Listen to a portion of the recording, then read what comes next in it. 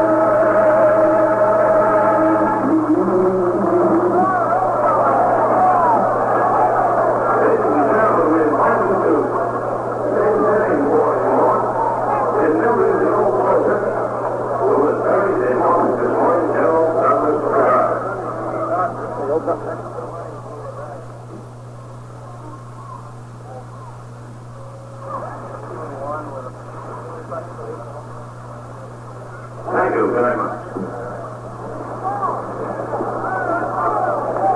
Now, with the playing of our national anthem and the tribute paid to General of the Army Douglas MacArthur, we approach game time here in Portsmouth, Virginia, with Steve Barber on the mound for the Oilers. You know, back home in the Mets' spectacular new Shea Stadium, everything is mighty impressive.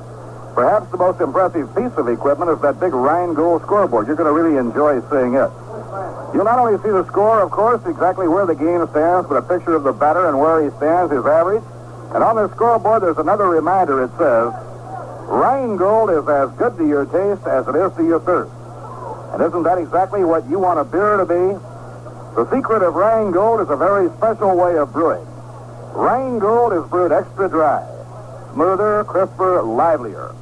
We hope you've got some Rheingold around right this minute, wherever you are along the Rheingold beach. If you do, well, we don't have to tell you that Rheingold is as good to your taste as it is to your thirst. Rheingold after Rheingold.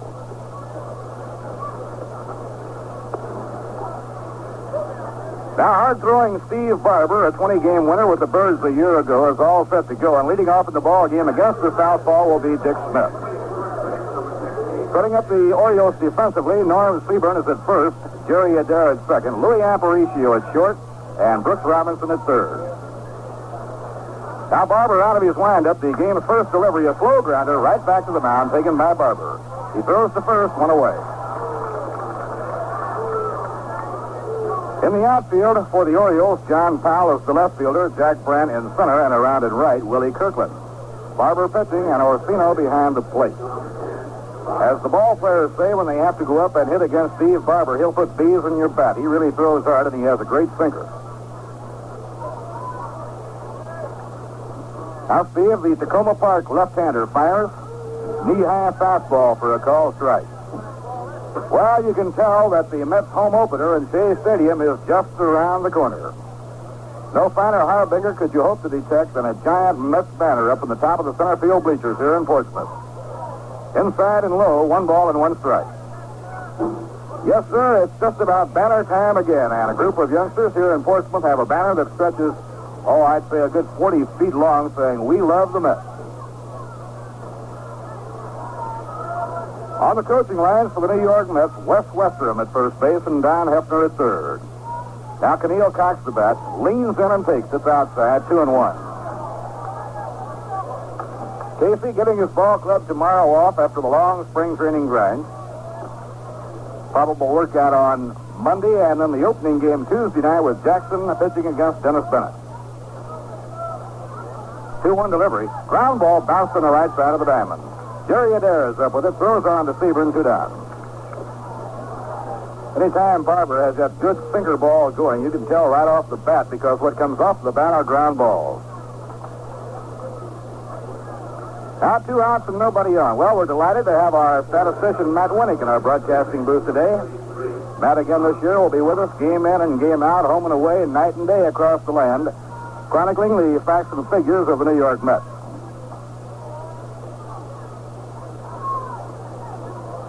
Now Ron Hunt, who has been shifted over to third base, batting third in the order, stepping in against Steve Barber. Pitch thrown outside and high, 1 ball and no strike. Actually, when the Braves first signed Ron Hunt to a pro contract, they signed him with the idea of his being a third baseman. And he played third that first season. Ron, aggressive type hitter, right-hand batter who hit .272 last year. Line drive down the right field line. A base hit for Ron Hunt. It's going down into the corner, being chased by Willie Kirkland. Ron is on his way to second. He'll go in standing up with a double down the right field line. Barber, who throws hard, a very difficult pitcher to pull. Ron Hunt timed his swing just right. It hit the outside fastball, a hard line drive, right down the right field line for a double.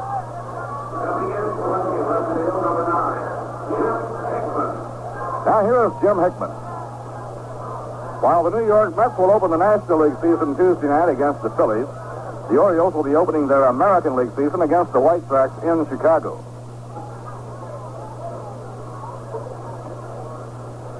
Big banner out in center field says, "We love the Mets." Swing and a miss on a sinker, strike 1. We love D.A. the Mets. Well, we love you for having that banner, and we hope we'll see you around Shea Stadium all summer long. Banner day last year in the Polo Grounds was an amazing sight. Now the pitch on the way by Barber, low outside. Orsino has to dig it out. No one can ever accuse the Mets baseball fans of not being ingenious. They came up with more slogans, more poems to back their ball club, and probably helped the sheet industry more than anybody else. Now Hickman was tied up, but it holds up, and the pitch is taken out of the strike zone. 2 balls and a strike to Jim Hickman. Jim in left field batting cleanup. One of my favorites at the Polo Grounds last year among the banners was shortly after Carmel joined the ball club. Casey then had Duke Snyder and Duke Carmel. The banner simply said, "Casey, put up your Dukes."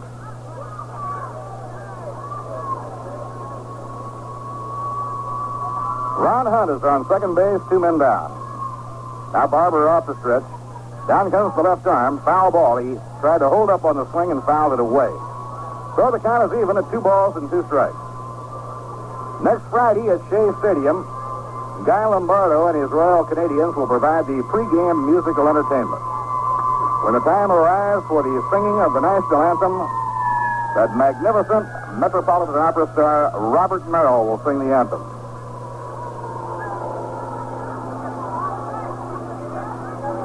Now Barber up in pitching position, deals 2-2. A high fastball, and the string is out, 3-2. 9 Hall of Famers will be on hand for the opening of Shea Stadium on Friday, including the 4 new inductees. By the way, when the new members of the Hall are inducted in late July this season, the New York Mets will have the honor of playing the annual pilgrimage to the Hall of Fame against Washington that day. Swing and a miss, he struck him out. Hickman goes down swinging on a high breaking ball.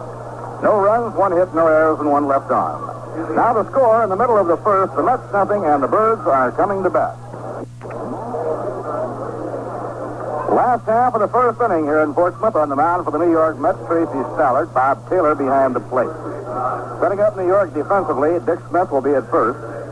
Sammy Samuel playing second, Al Moran at short, and playing at third, Ron Hunt. In the outfield, Jim Hickman is the left fielder. In center field for the New York Mets, Rod Keneal, and around and right, Joe Christopher. On the coaching lines for the Orioles, Sherm Lawler on the lines at first, and on the lines at third, Bill Hunter. Well, last year, both Dick Wirtz and Sherm Lawler were still playing Major League Baseball. Both retired at the end of last year. Now, only one player remains active of the old St. Louis Browns. And he'll be in action against the New York Mets in the opener on Tuesday night, Mr. Roy Sievers.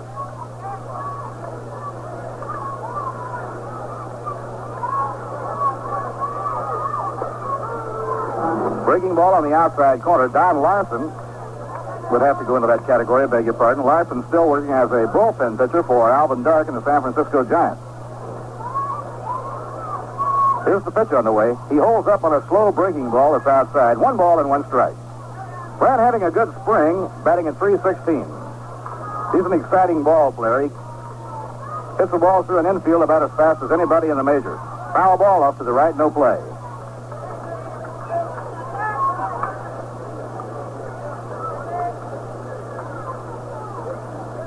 Well, this is some kind of a day. I want to tell you, you couldn't ask for a better one. We'd like to have it for the opener next Friday. We understand the weather in the New York area is just as good. A swing and a miss. He struck him out. Tracy Stallard strikes out Jackie Brandt, 1 away.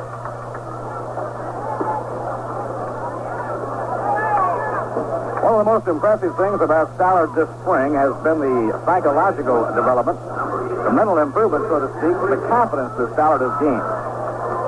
He has suddenly become more or less an elder statesman on the ball club, assured of a starting position. And it has given him a tremendous shot in the arm, a great deal more confidence, and you can see the way he pitches, he's pitching with more confidence. Fastball inside, 1 ball and no strike.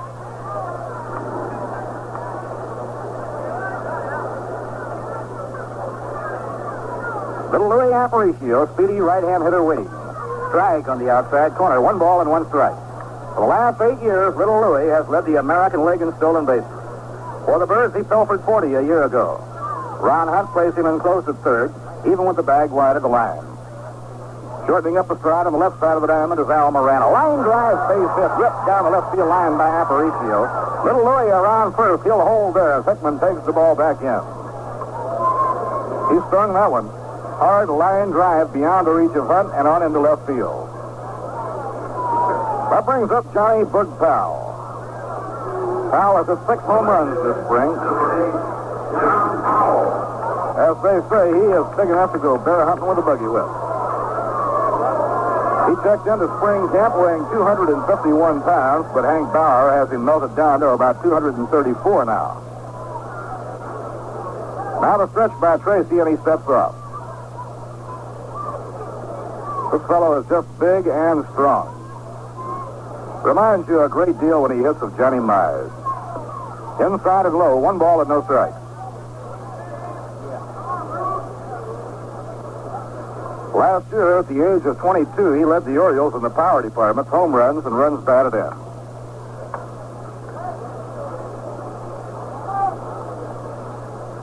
One out and 1 on, no score, last half of inning number 1. Game being sent to you with the best wishes of Rheingold Extra Dry. We hope you'll enjoy it. Now Tracy eyes the runner, throws to first, not in time. Little Louis had to slide back. Anytime Aparicio's on, a pitcher really has to go to work. He has to throw over to first base 4, 5, maybe 6 times if he's going to keep him close. Throw to first, and he gets back. The main thing, you have to mix it up. You can't throw over there the same way every time. Sometimes a slow stretch, then you throw over. Sometimes you wheel and throw.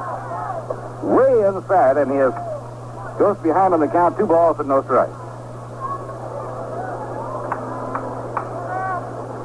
Norm Seaburn is the on-deck hitter, and then John Orspino. The Orioles in the spring have won 15, lost 11.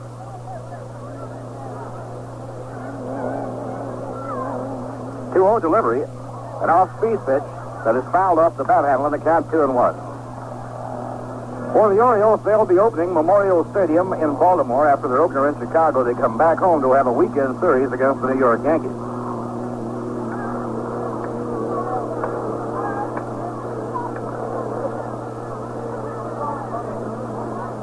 Let's have the outfield deep for Powell. This is quite a hitter's ballpark. If you can't hit him out of this park, you can't hit him out of any park.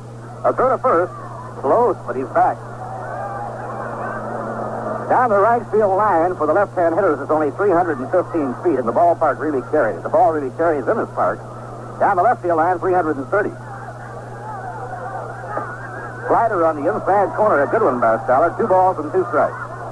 365 feet to the center field bleachers. It's not too difficult on a good day to hit him up in those bleachers.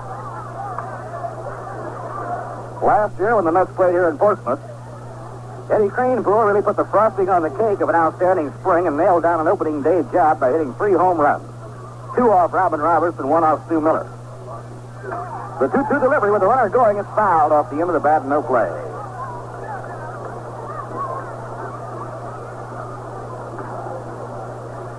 Hank Bauer, who, of course, played for Casey when Casey had the Yankees, the new Oriole manager.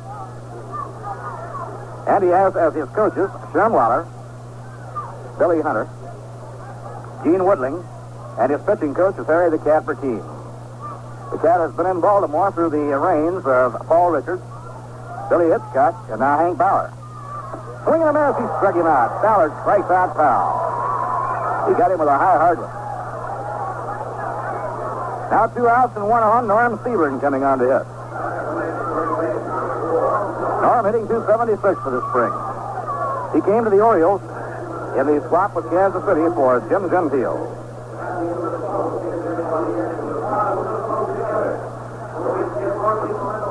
Well, a lot of interest in today's ball game here in Portsmouth. The public address system now asking if the fans would mind moving a little bit closer together so that those who are still outside trying to get in can get in to see the game.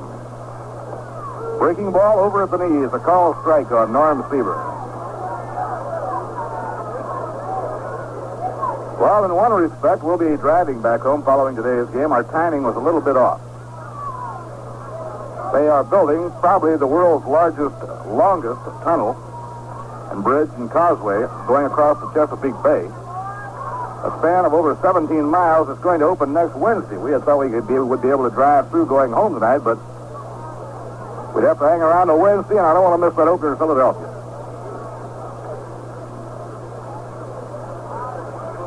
One and one the count on Norm Seaburn, but it's going to be one of the real engineering miracles of the times when it is completed and opened on Wednesday. Throw to first, not on time. We were always fascinated in spring training with that trip across the Sunshine Skyway across Tampa Bay. It was a little over 12 miles. This one will be over 17 miles. Popped up off the fifth and foul ground. Bob Taylor is under it waiting, and the Hawk puts it away. The side is out. Strong pitching by Tracy Stoller. No runs, 1 hit, no errors, and 1 left on. At the end of 1 inning, the score, the Mets nothing and the Orioles nothing. Well, if you're out for a leisurely drive today or you have some extra time on your hands, we suggest if you haven't done so that you take a drive and go by Shea Stadium. The ticket office is open. It also will be open for your convenience tomorrow to get your tickets for the big opening day game next Friday afternoon. Everything is just about in readiness. The stadium looks absolutely beautiful. The field boxes, the loges, the mezzanine, the upper deck. The box seats are painted a little deeper shade than the reserved, and the reserved a little deeper than the unreserved. Thoroughly an eye-appealing stadium, the most modern sports plant in America, and you'll be a part of it. Only 55,300 people in this land of ours will be on hand for that very first game ever to be played in the stadium. 9 members of the Hall of Fame will be there, including the living ex-members of the Giants and Dodgers, plus the 4 new inductees, Luke Appling, Heine Manouche, Red Faber, and Burley Grimes. Robert Merrill sings the national anthem. Guy Lombardo, musical entertainment before the game. Music for the national anthem by the Department of Sanitation Band. All in all, one tremendous day. Next Friday, the Mets and the Pirates in Shea Stadium.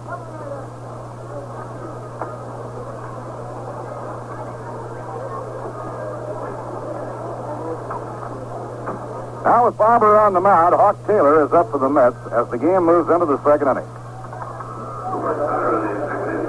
We're counting the youngsters up in the top of the center field bleachers that have that long banner.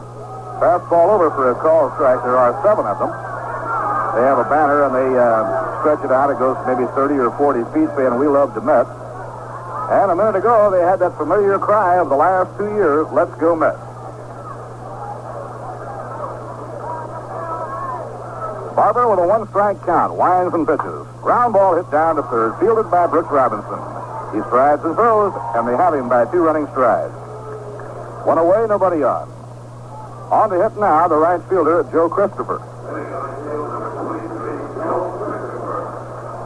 Throughout spring training, with the exception of George Altman and Ron Hunt, Casey has been platooning elsewhere on his ball club, and this may be fairly close to the opening night lineup in Philadelphia, since Gene Mauch has already announced that he will open the National League season against the Mets with the left-hander Dennis Bennett.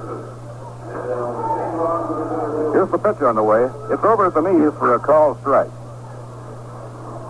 It will be touch and go as to whether or not George Altman will be ready for the opening game on Tuesday night. Trainer Gus Mauch is hopeful and feels that since it is only a bruise, despite the fact that it's quite sore today, that he still may be able to open on Tuesday. 1 ball and 1 strike. George did not come to the ballpark today. He was advised by Gus to remain back at the hotel and take heat treatments and rest as much as possible. Carl Willie and Frank Thomas are both back in New York. Now Barber out of his windup. The pitch, swing and a miss on a fastball thrown in tight. 1 ball and 2 strikes.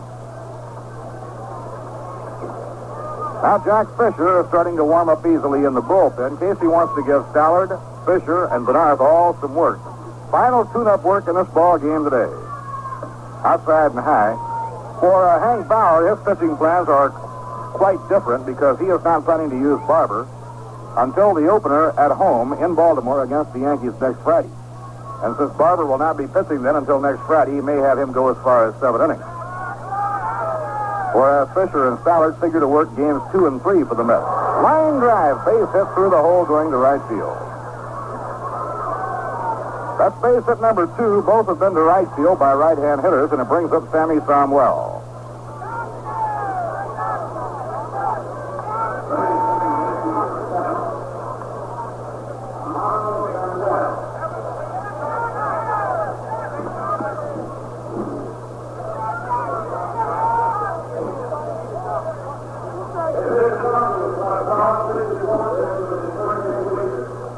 Game being held up just for a moment by umpire Lou DeMuro, who noticed that they need a doctor in the right field bleachers. So someone obviously in need of attention in the right field bleachers, and the game is being held up. Very alert work on the part of umpire Lou DeMuro, who detected that there was a disturbance over in the right field bleachers, and in a small ballpark such as this, he was able to tell that someone was in need of attention, and so they have asked for the doctor.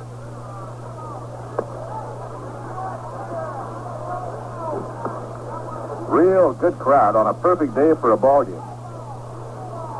Every seat taken in the grandstand, the bleachers comparatively empty, but now we see a lot of the fans are headed toward the bleachers, unable to get a seat. Ground ball hit down to first, knocked down by Seaburn. He makes the unassisted play, getting well, and Christopher moves on to second.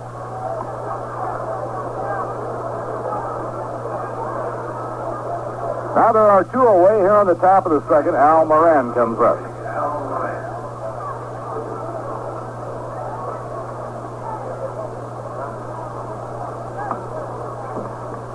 Al Moran, batting right-handed. Al has done quite a bit of experimenting during the spring, trying to improve his hitting. Bill Dickey worked with him quite a bit, trying more than anything to get him to hit down on the ball.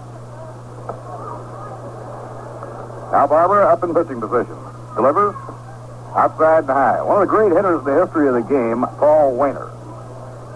Big Poison always said that the top half of the ball belongs to the hitter, the bottom half of the ball belongs to the pitcher. If you hit under, you're going to pop up. If you hit down on it, you might come up with a base hit.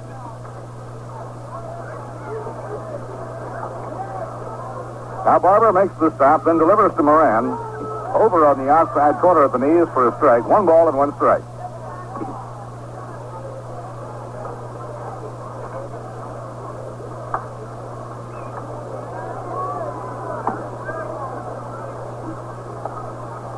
Joe Christopher on second, 2 men down, top of the second, no score. Foul tip. Pops out of the mid of John Orsino, no damage done. 1 ball and 2 strikes. Mets with 2 night games in Philadelphia, Tuesday night and Wednesday night, Thursday the off day, and the big opener on Friday. Monday will be a big day for the New York Mets. As we mentioned earlier, they will be honored with a parade starting at 10:15 from the Travelers Motel, winding through Flushing and Jamaica, and winding up with a luncheon in the Whitman Hotel in Jamaica. Foul hit down the right field line, out of play.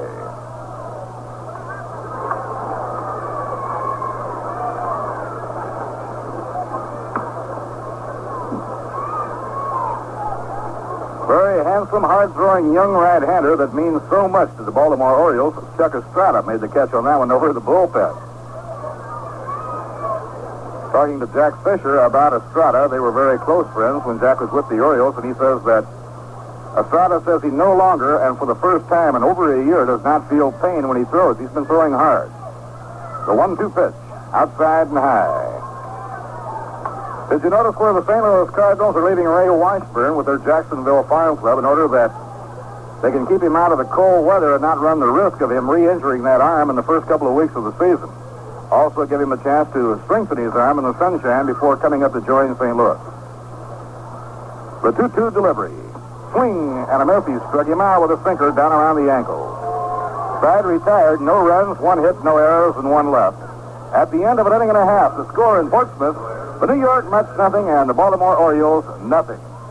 And let's hear how a baseball fan makes up for an error in his choice of a cigarette. Oh, I don't believe it. Not another error. Boy, I sure made an error. Huh? Trying this new menthol cigarette. What do you mean? It just doesn't make it. Well, here's one that does. Try Cool. Cool? Okay. See what I mean? Yeah. This is more like it. Your cigarette's not tasting cool enough till you come up to cool. With rich tobacco's pure white filter, extra coolness too. Feel extra coolness in your throat as cool comes through for you. You'll be smoking cool, cool all the time when you come up to cool. For the most refreshing coolness you can get in any cigarette, smoke Cool with the pure white filter. Last half of the second, John Orsino comes up against Tracy Stallard. After coming to the Orioles in the deal with San Francisco, last year Orsino knocked in 56 runs and batted .272. He did a good job for them.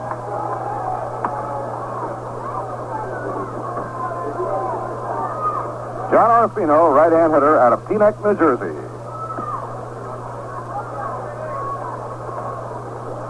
Tracy Stallard on the mound for the New York Mets. Last half of the second, no score as Tracy winds.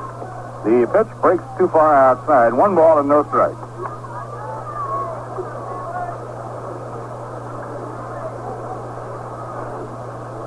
The Orioles and Giants made a big deal during the winter before last season.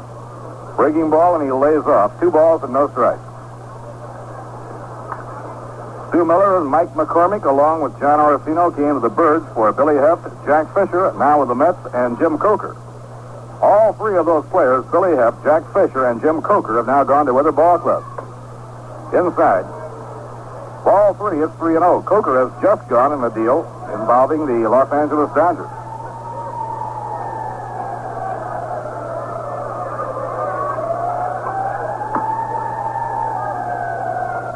I'll check that, involving the Philadelphia Phils, beg your pardon. Pitches outside, and Stallard walks Orsino on 4 pitches.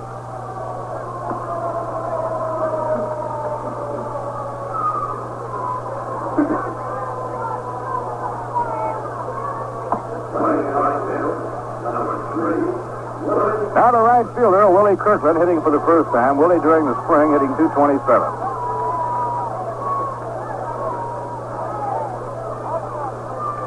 Now Tracy off the stretch. Delivers, bounced foul. He barely got a piece of it. One strike count on Willie Kirkland.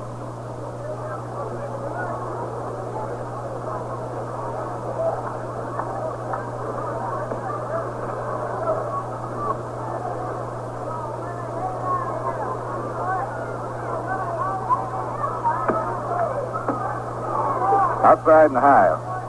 My memory was playing tricks on me. Ralph was straightening me out on the trade. Gary Kolb and Jim Coker leaving the Cardinals for Bob Euchre of the Braves. Off-speed delivery that's over for a call strike. Good pitch by Stallard. 1 ball and 2 strikes. The deal involving the Dodgers was the Dodgers and the Detroit Tigers. Larry Sherry going to Detroit for Lou Johnson.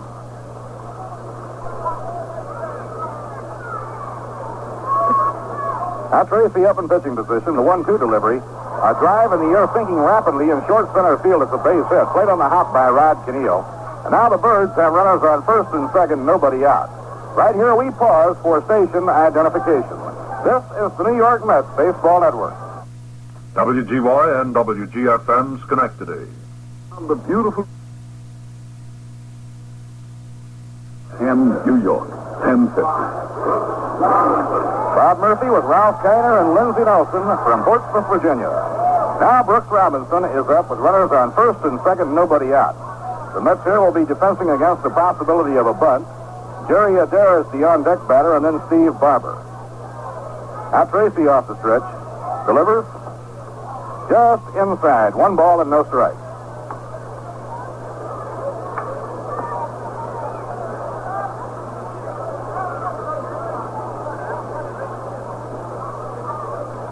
Brooks has not hit for a high average during the spring games, but he has been hitting with power. He's hit 4 home runs, and he leads the Orioles in RBIs for the spring. Runners on first and second, nobody out. Pitch to Robinson. Full swing and a foul ball back into the screen. 1 ball and 1 strike. Hank Bauer has Robinson swinging away with Adair, the number 8 hitter, on deck, to be followed by the pitcher, Steve Barber.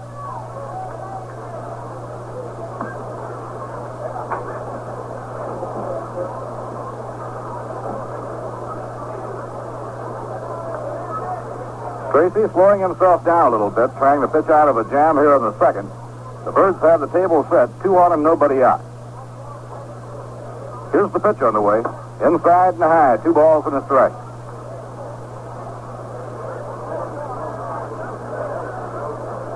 Baltimore a year ago got off to a flying start. They were really winging. But they fell victims to a June swoon. They had a stretch during June when the roof really fell in on them and knocked them right out of the pennant race.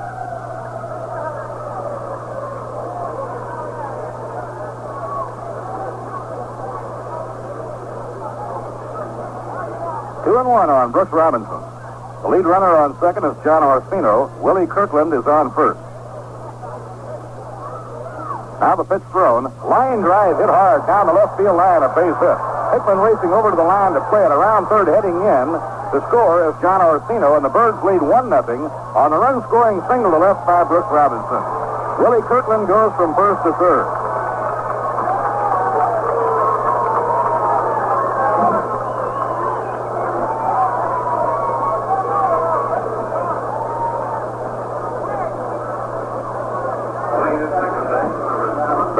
Jerry Adair, the second baseman. 2 years ago, Jerry had a real good year. Last season, he fell off at the plate. He was tampered several times during the season with minor hurts that had him in and out of the lineup. Mets set up hoping for a shot at the double play. A line drive to right field, a base hit by Adair. Kirkland comes in to score. Robinson will hold at second.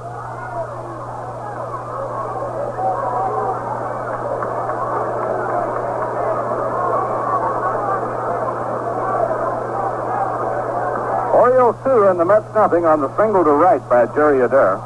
Now Steve Barber comes up. With Barber hitting, runners on first and second, nobody out. Now the Mets will be defending against the bunt. Barber batting left-handed. First 4 men up have reached safely against Stallard here in the last half of the second. Fisher still cranking up down in the bullpen. He's around the bunt. Bunts, fair ball. Stallard coming off the mound. The play goes to third. Out at third. They get Robinson. Close play at third, but Stallard threw just in time to Ron Hunt. To fourth, Brooks Robinson.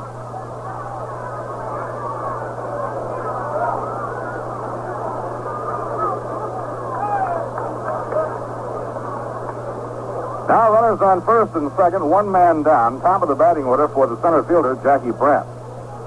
Brandt was struck out in the first inning by Stallard.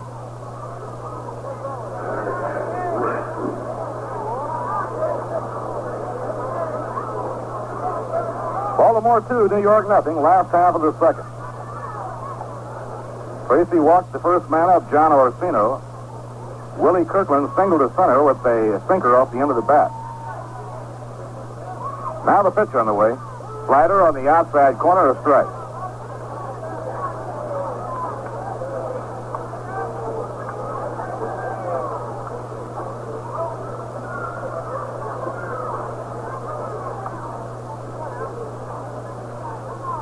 Last year, Jackie hit .248 as the Birds center fielder.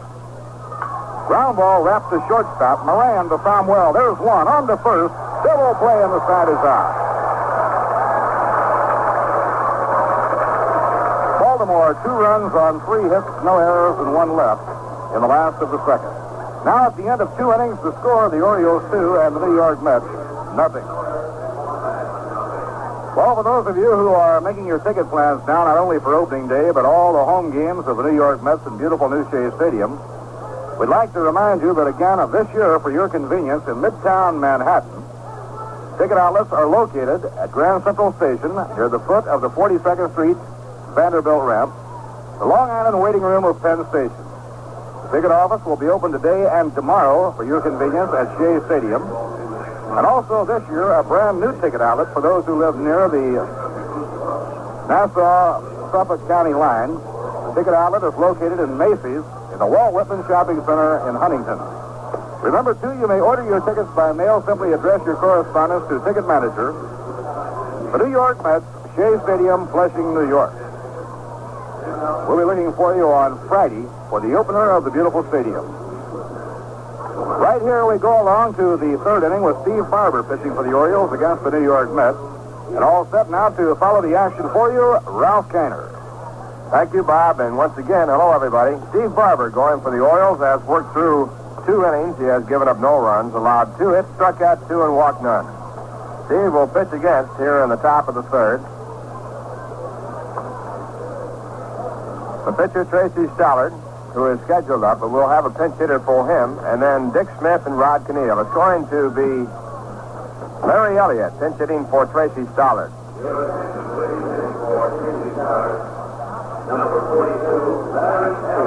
That'll mean that Jack Fisher, who has been warming up, will come in the ball game to pitch in the bottom half of the third. Stallard going out, giving up 2 runs and 4 hits, striking out 2 and walking 1. First pitch to Larry Elliott, a left-hand batter, is taken low, ball 1. Larry started this season as more or less a player on the Buffalo roster. He has more or less earned himself a job in the regular roster in center field. Next pitch back to the plate, a fastball in the outside corner. Count 1 ball, 1 strike. Larry has been used in center field against right-hand pitching throughout the latter part of spring training. He makes his home in San Diego, California. And now Steve Barber into the windup and back again, and he moves Elliott away from the plate and on down to the ground with a fastball inside. So the count, 2 balls, 1 strike.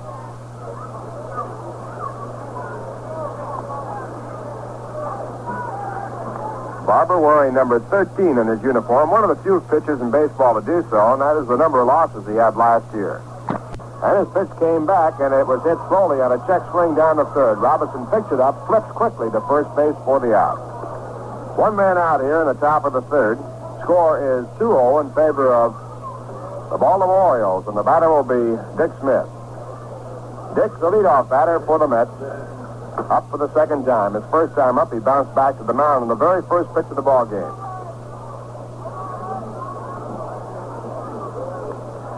Smith, the right-hand batter, playing at first base.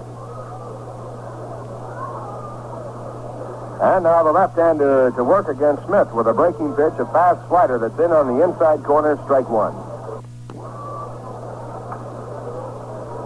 Barber is scheduled to go against the New York Yankees when they open the season against the Baltimore Orioles in New York. Next pitch back is a fastball moving outside.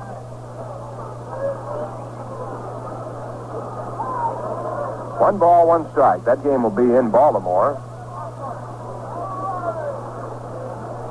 Orioles open the season against the White Sox in Chicago.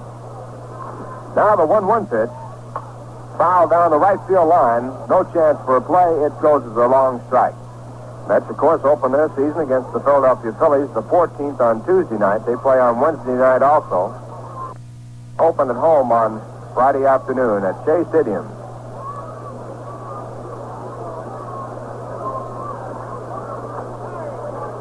All of us very interested to hear how the stadium is coming along, as quite a few of the people came down from New York for this game, and the reports are great. Pitch back is low. 2 balls, 2 strikes.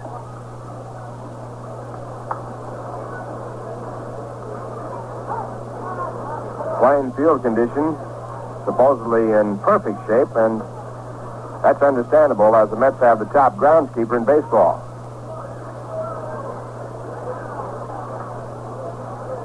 Johnny McCarthy doing a good job there again. Barber comes back and bounces the pitch in the dirt. It bounces over the shoulder of the catcher, Johnny Orsino, and the count fills to 3-2.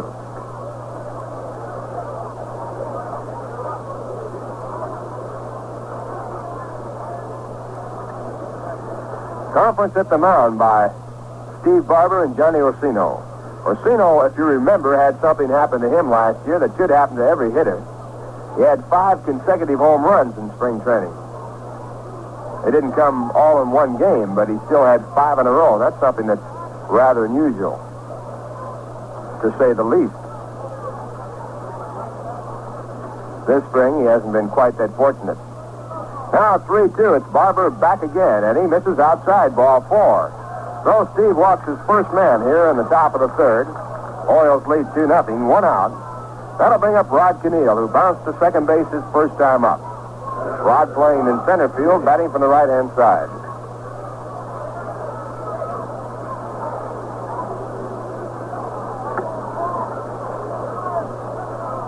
Rod has been used in the outfield, also at second and third base this spring. He's been filling the same role he filled last year as utility ball player.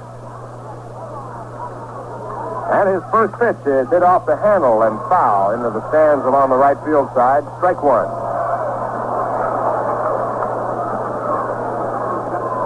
Norm Sebring coming over to talk to Steve Barber at the mound now.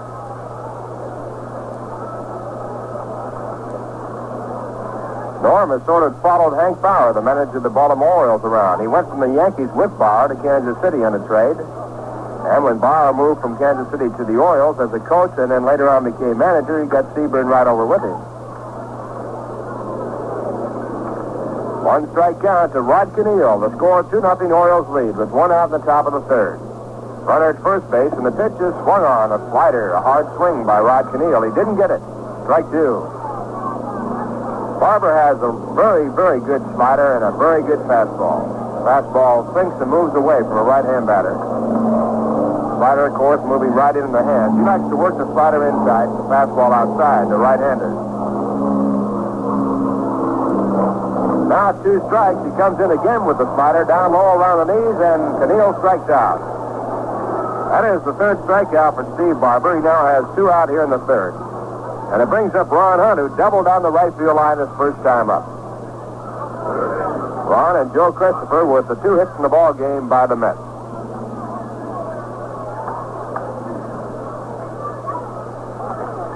Ron has been playing at third base in the last few ball games, and he's been doing better there all the time. He played there his first year in ball and has played there before. And he has shown a very good arm throwing from third, and he also has shown a very good like for the position. He's been very impressive at the plate this spring. First pitch to him is high, a fastball. 1 ball, no strikes. One thing about Ron at third base, he might live a little longer. At second base, he gets hit quite often on double plays because he just likes to stay in there.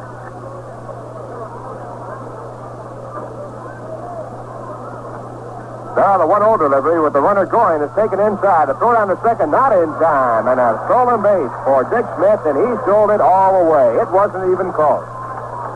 Pitch was inside. Osino had to move to his left, and by the time he came up throwing, it was no contest.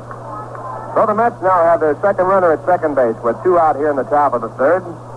And the count on Ron Hunt is 2-0.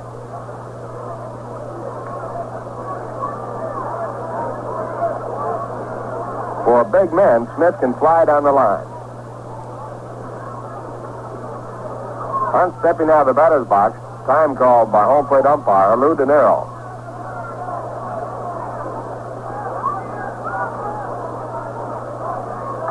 Now time is in. Barber back to work, and the pitch. Bounce foul. Slider in tight, bounce down in the dirt. Count now 2 balls and 1 strike.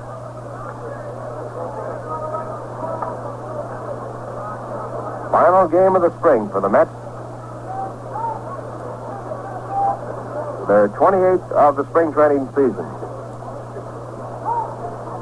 It's been a good spring. The Mets were not rained out once. In fact, they never did have a bad day.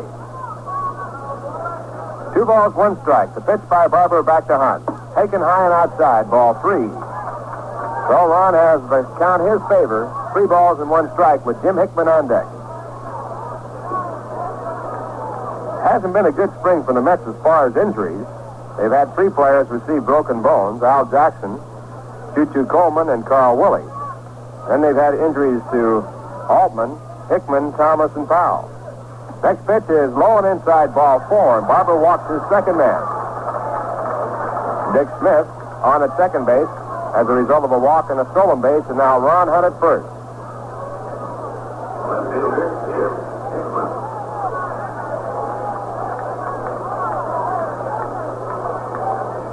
Bob Murphy just informed me one other player the Mets had a broken bone, and that's right. Craig Anderson had his hand broken. So they've had 4 players that came up with broken bones this spring. That's way over par. Runners now at first and second with 2 out, and Jim Hickman in. Jim struck out swinging his first time up, and he hits the first pitch right back to the mound. A comebacker on 1 hop to throw to first base, and that does it. For the Mets, no runs, there were no hits, no errors, 2 walks, 2 men left on base, and the score at the end of 2.5 innings. The Orioles 2, the Mets nothing. Well, it's almost over as far as spring training is concerned, and it's been quite a spring, as we mentioned before. And spring training has become quite a tradition. In fact, it goes all the way back to 1884 when the Boston Nationals limbered up with a few games in New Orleans. And to a fan, why, beer is a baseball tradition, too. Yes, sir. There's no better way to enjoy a ball game than with a cool, refreshing glass of beer. And there's no better beer to have than Rheingold Extra Dry. Rheingold is as good to your taste as it is to your thirst because it's brewed extra dry, brewed very specially with a smooth, crisp liveliness that, well, it just can't be matched. That's why when you enjoy the ball game with a refreshing Rheingold Extra Dry, you're sharing a great tradition with the millions alone the Rheingold be to know. Rheingold is as good to your taste as it is to your thirst. Rheingold after Rheingold. New pitcher in the ballgame for the Mets, Jack Fisher, now replacing Tracy Stollard. Stollard worked the first 2 innings in his tune-up for the Major League opener. Not necessarily the first game of the season. It's scheduled to be Al Jackson to be the first pitcher against the Phillies, but this will be the last chance Tracy will have to work until he starts in the official 1964 season. He went 2 innings, gave up 2 runs, allowed 4 hits, struck out 2, and walked 1. Now Jack Fisher, a right-hander, formerly with the Baltimore Orioles. Jack has had a good spring, and he'll be working to Louis Aparicio, John Powell, and Norm Seaburn here in the third. And Fisher's first pitch is slider outside, ball 1. Louis had a base hit to left field his first time up, hitting a slider on the line to left.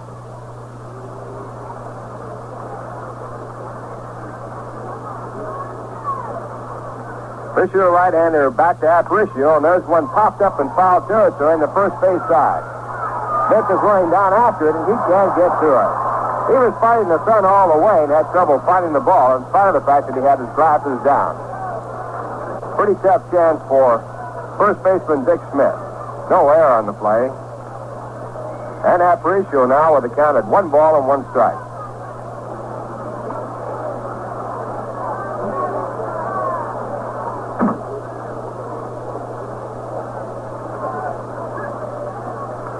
Fisher acquired from San Francisco.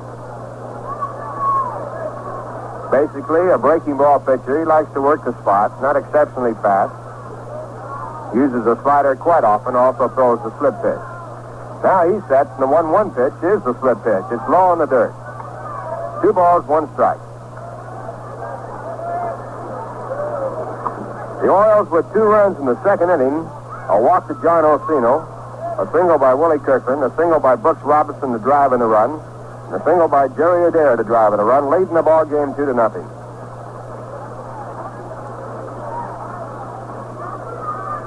Fisher back again, and a check on the swing in time by Aparicio, and the count goes to 3 balls and 1 strike. Louis checking with Billy Hunter, the third base coach, as to whether or not he'll be hitting away. Coaching at first base, Sherm Lawler. Now 3-1. The pitch is swung on, a slider and miss. Full count now as Louis Aparicio leads off here in the third.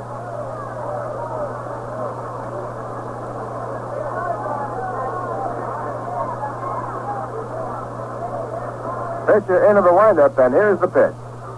And a check swing foul ball. Ball going over the top of the roof and out of play. Aparicio tried to hold off that ball. It was out of the strike zone.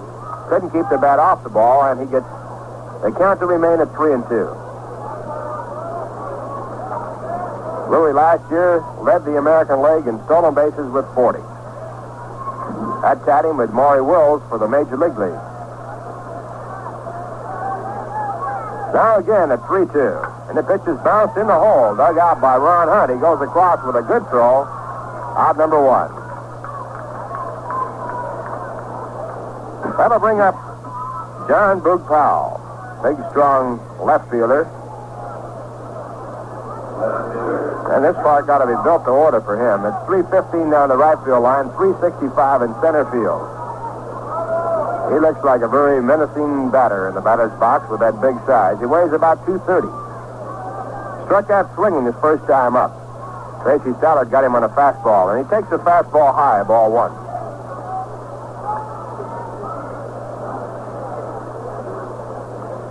Tracy had 2 strikeouts in the first inning, getting Jackie Brandt and John Powell.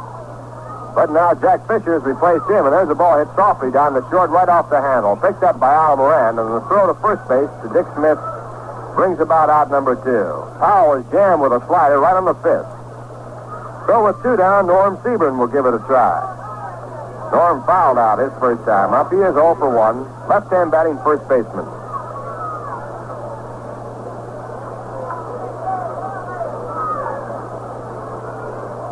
Don't forget to visit Rheingold's Little Old New York at the World's Fair, opening April 22nd. Enjoy this authentic corner of New York City as it was back in 1904. First pitch to the first baseman is fouled down in the dirt. Strike 1.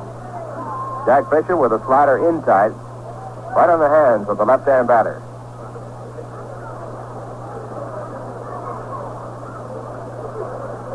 Now Fisher into the windup and back again, and he misses low with a slip pitch. Change of pace. 1 ball, 1 strike.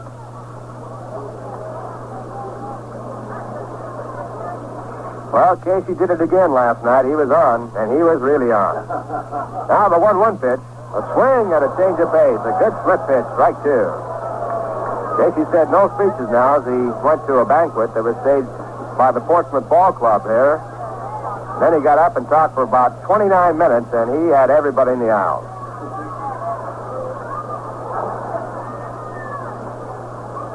The 1-2 pitch to Sebring is taken high, ball 2.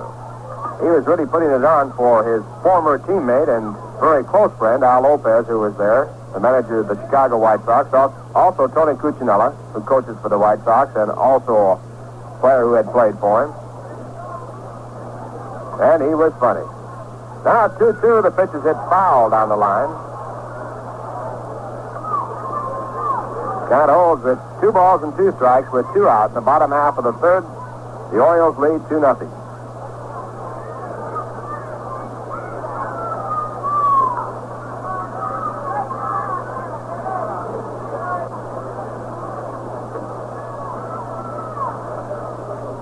Time called for a moment as Seaburn backed out of the batter's box. Now time is in, and Fisher comes back to the plate. And he gets him looking on the inside corner with a slider. First strikeout for Jack Fisher, and that retires the side. No runs, no hits, no errors, no one left on base, and the score at the end of 3, the Orioles 2, the Mets nothing. Well, I don't want to tell you this, but I guess I should. It's only 4 more days left to April 15th, and you know what that means. That's income tax return time. A friend of ours showed, he came across a news story that really might amuse you. Talking about it before, but you might not have heard it. It seems that there was a sheep rancher who recently listed his 9-year-old monkey as a tax deduction. And this monkey herds sheep and actually drives a tractor. Since the rancher provides free room and board for the monkey, the government allowed a tax deduction. But it didn't happen here in the United States. It happened in Australia, so I don't think you can get away with it. But don't be jealous, though, because there's plenty of benefits right here along the Rheingold beat. Like the new tax cut, the Mets, the World's Fair, and the best of beers. That's Rheingold Extra Dry. Rheingold is as good to your taste as it is to your thirst because it's brewed extra dry, smooth and crisp, and completely quenching. Yes, it's the wide world, and you won't find a better beer. Rheingold is as good to your taste as it is to your thirst. Rheingold after Rheingold. You got your tax all made out, Mr. Murphy? I didn't have any problem making it out, Ralph. The problem was getting the money to pay him with. That sort of does create some sort of a problem every now and then, doesn't it? I haven't even finished mine. I'm going to spend all day Monday on it. Now we're all set to go here in the top of the 4th. As Steve Barber continues to work on the mound, the first pitch is a strike call. Bob Taylor, the batter, and Taylor taking as a curveball broke over at the knees. Bob bounced to third his first time up. He'll be followed by Joe Christopher and Sammy Samuel. Score 2-0 Baltimore. And the next pitch back is hit to deep right field. Moving back, waiting now, is the right fielder Willie Kirkland, and he makes the catch. And while we wait for the next batter to come to bat, we'll pause for station identification. This is the New York Mets Baseball Network. You're listening to WGY and WGFM, your New York Mets stations connect today.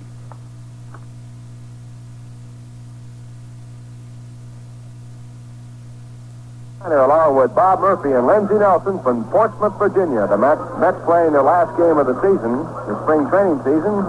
And now with one man out here in the 4th, as the Mets trail 2-0, the batter will be Joe Christopher. Joe has one of the 2 hits off Steve Barber. He singled to right field, a right-hand batter, and there's one in the center field, the ball hanging up in the air. Coming strong is Brandt. He can't get to it. It bounces off his glove. Christopher holds at first base, and the throw comes in, gets away from the second baseman. But no error on the play as Christopher stays at first. A looping line drive into center field, and Jackie Brandt tried to shoestring it, and the ball hit right in front of his glove and bounced off the top of it, but held close enough so Brandt could make the play back in. A base hit for Joe Christopher, his second in the ball game, the third by the Mets off Steve Barber, and it will bring up Sammy Samuel. Sammy hit a hard ground ball down the first and was retired in a good play by Norm Seaburn his first time up.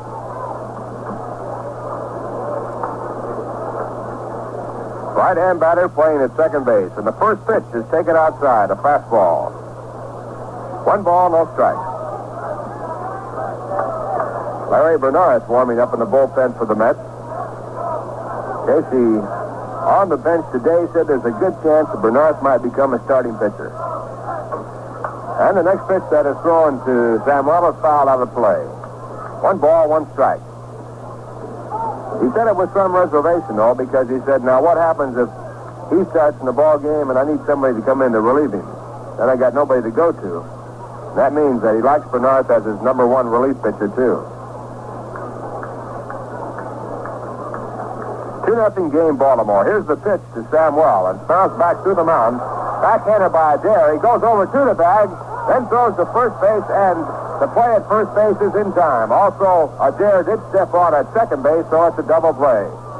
We hesitated on the play at second base because it didn't appear as though Adair got to the bag. The umpire gave a late call, and then the throw to first base was not in time, and Samuel is now safe at first. So they get the force play and a good play by Adair at second base as he backhanded that ball right near the bag and back of it, and the throw to first base was not in time. 2 men out. The batter now is Al Moran. Say, now's a good time to light up a cool Thriller King.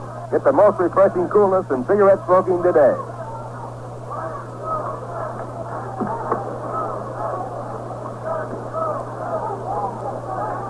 First pitch to Moran is low for ball 1.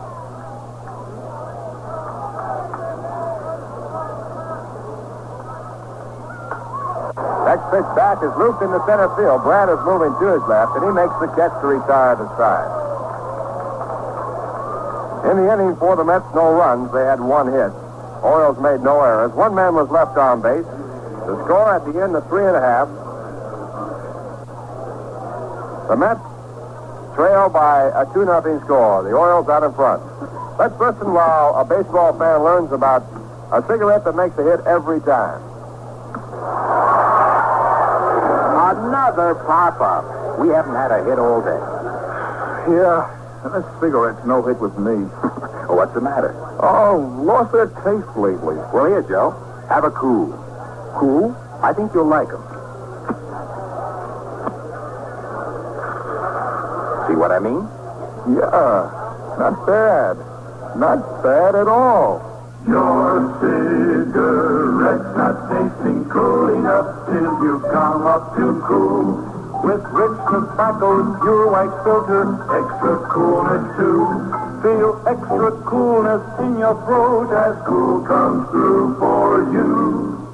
You'll be smoking cool, cool all the time when you come up to cool.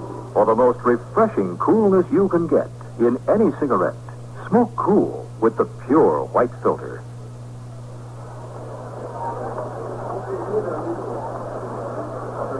It's the bottom half of the 4th with the Orioles in front 2-0 as they come to bat against Jack Fisher. Fisher in the game in the 3rd, and he pitched perfect ball to his first 3 batters. He'll now work to John Orsino, Willie Kirkland, and then Brooks Robinson. Orsino, the catcher in the ball game, walked his first time up and scored the first run. He's a right-hand batter. And the first pitch to Orsino's looped into right center field off of the handle, a broken bat. It drops in for a base hit as Sam Wells couldn't get back to it. So Orsino with a broken bat base hit, the first hit given up by Fisher, and the Orioles now have a runner at first base with no one out. When the Orioles scored their 2 runs, they had 4 men up without an out against Tracy Stollard. Tracy worked the first 2 innings, gave up the 2 runs. Now the batter is Willie Kirkland, left-hand batting right fielder. He singled to center field his first time up. And the first pitch is lined down the line. It is a foul ball. Ball foul by about a foot. Right over the top of the first baseman's head and curving into foul territory. That ball was well hit. Orioles now have a total of 5 base hits off the combined pitching of Tracy Stollard and Jack Fisher.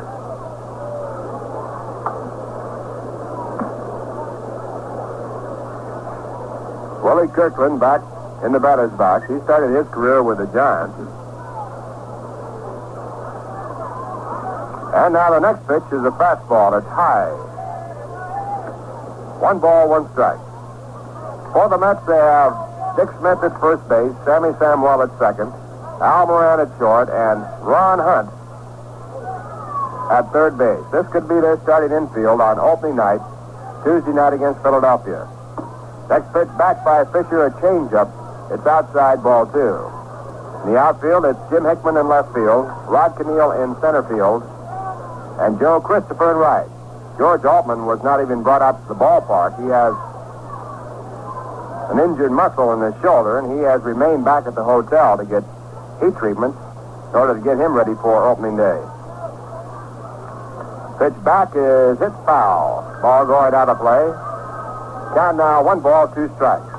As we mentioned earlier, the Mets have had a real tough spring in the casualty department. Altman has an injured shoulder. Hickman was out for a while with a sprained ankle. Thomas is out at the moment with a bad arm, and Grover Powell was sent to the minors because of an arm, and they want him to throw as much as he can, and they hope to get him back. Now Fisher sets and is pitched back to Kirkland's, bounced back to the mound. A chance for two. The throw to the shortstop at second base is in time. The throw to first base is in the dirt. It's backhanded and dug up by Smith.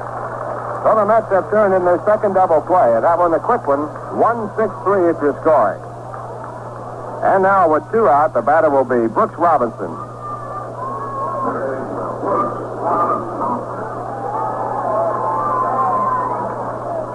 Brooks singled the left fielder his first time up and drove in the first run of the ball game. The Orioles lead 2-0 with two out here in the bottom half of the fourth. And the first pitch to the right-hand batter is inside, a fastball. Robinson takes the pitch inside by about 4 inches.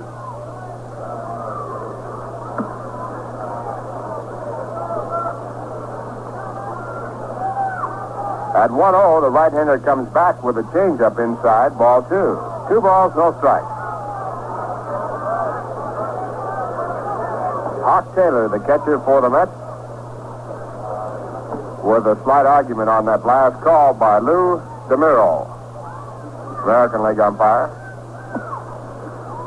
Now it's Fisher at 2-0, and he misses for ball 3. 3 balls, no strikes. The on-deck batter is Jerry Adair.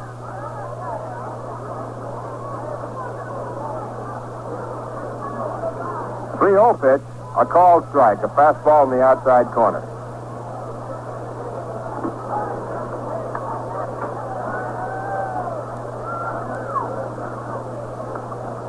Fisher back again. This time it's 3-1. And the pitch is fouled away. Strike 2. Fisher with a fastball actually had the ball by Brooks Robinson. So after falling behind 3-0, the count now is full of 3 balls and 2 strikes. Baltimore 2, the Mets nothing. 2 out, bottom half the fourth. And the pitch hit off the hands into center field. Moving in is the center fielder, Rod Keneal. And he makes the catch that retires the side. No runs, 1 hit. The hit erased by the double play. No errors and no one left on base. And the score at the end of 4, the Orioles 2, the Mets nothing.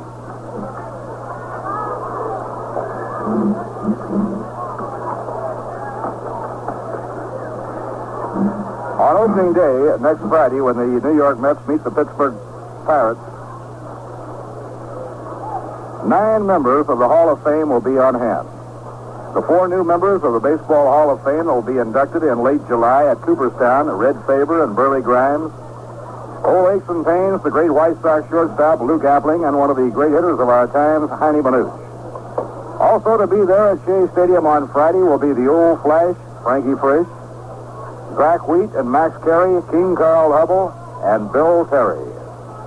400 hitters, a real oddity in the history of baseball, and of course one of the great ones, Hall of Famer Bill Terry. So we'll all be looking forward to seeing all 9 of them on opening day next Friday at Shea Stadium.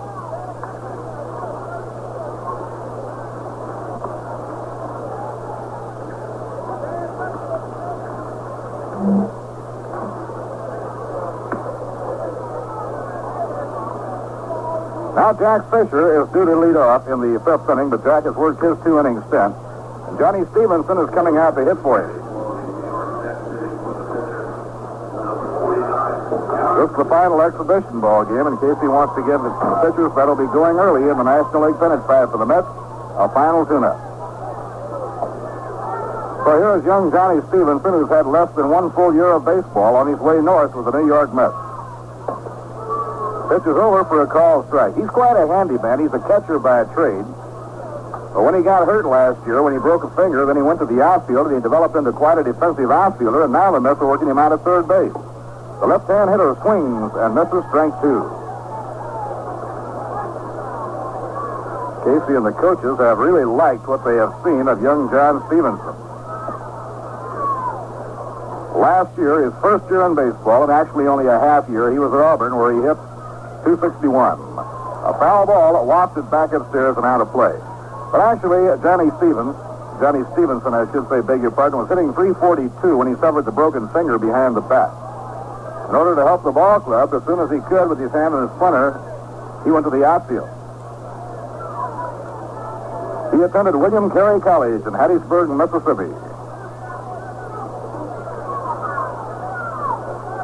Stevenson, 5'11", weighs 180, bats out of an open stance. Looks it over, and the fastball by Barber is low. 1 ball and 2 strikes. Last winter, he worked as an assistant basketball coach at William Carey College. Pitched by Barber, outside and low in the count even. 2 balls and 2 strikes.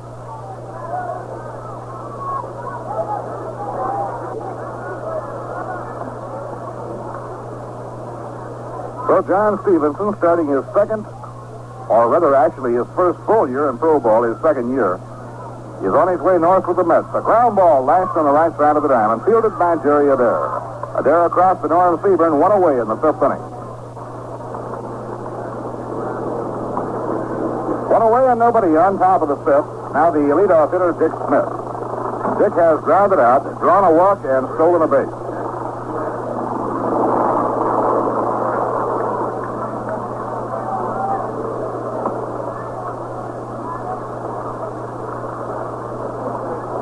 Dick, right-hand hitter with fine running speed, has been used throughout the spring against the left-handers. Originally an outfielder, now being plated first. Round ball bounced to short. Up with his Louis Aparicio. He strides and throws, 2 men down.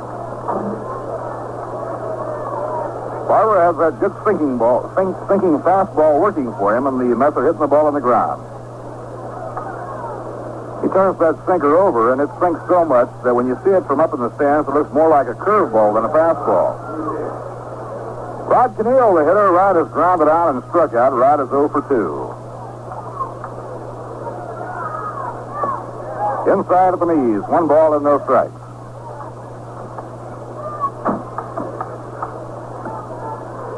Larry Bernard warming up down on the sidelines. Larry comes in to pitch to the last of the 5th inning. Swing and a miss. Barber took something off on that one. 1 ball and 1 strike. With Carl Willie sidelined with a fractured jaw, it puts Casey in quite a dilemma as to whether to leave Larry Bernard in the bullpen or make a starter out of him. Larry is the number 1 relief pitcher, and how important they are. Fastball over for a called strike. Still, you have to have 4 solid starters. Mets are hoping that Grover Powell's arm will respond and that he can join the ball club before too long. Casey does not want to have to open the season with only 1 left-hander. Low and outside. Count even now at 2-2. The only other left-hander on the staff has now been sent to Buffalo, actually for further assignment. He'll be working out with the Buffalo club, awaiting assignment, and that's young Ron Locke. Locke is the designated player by the New York Mets. Now Barber with a 2-2 delivery. Low inside, down around the shoe top, 3-2.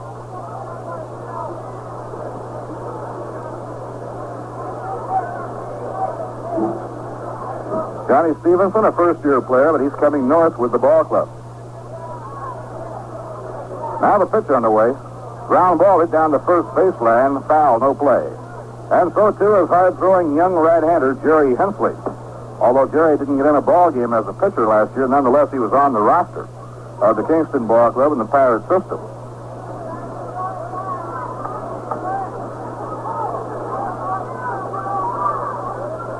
Three and 2 on Hot Rod. 2 outs and nobody on, top of the 5th inning.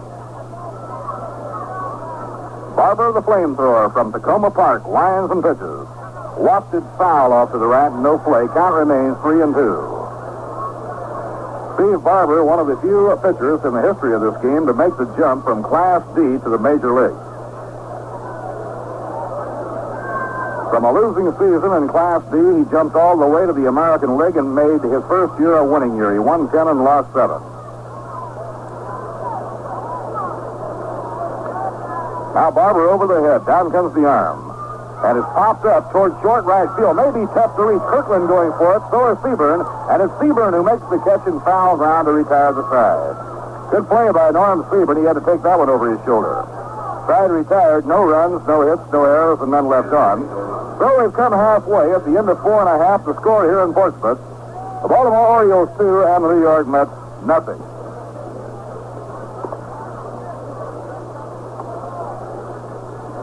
Last of the 5th inning, Larry Bernard now moves out for his 2-inning stint.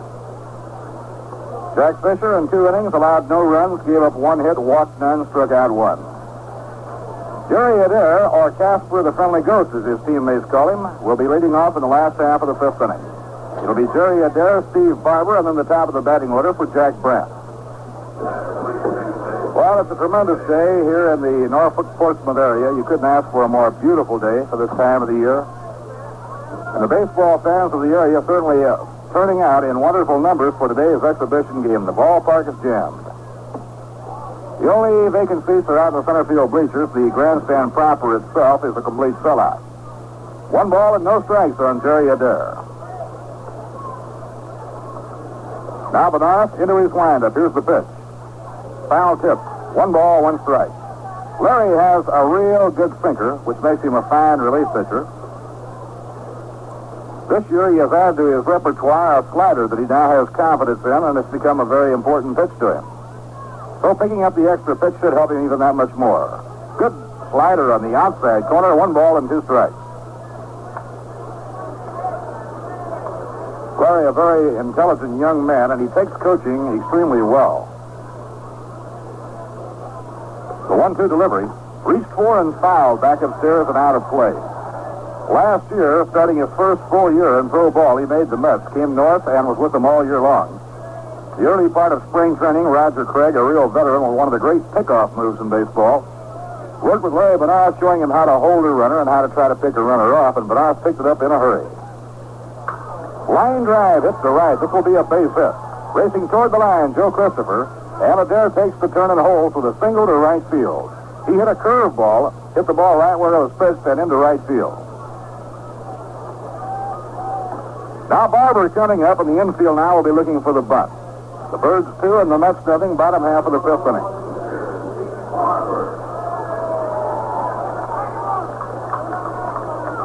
Now Ron Hunt comes in close at third. Dick Smith holding against the runner, Jerry Adair. Adair runs very well. He was a real backcourt star during his college days for Henry Abba, the man who will be coaching the Olympic basketball squad for America. Bunted down the first base line. Smith up with it. Throws to second. He's out at a close play at second base. Fast fielding by Dick Smith and a strong throw to Al Moran covering. And Adair is taken off the line.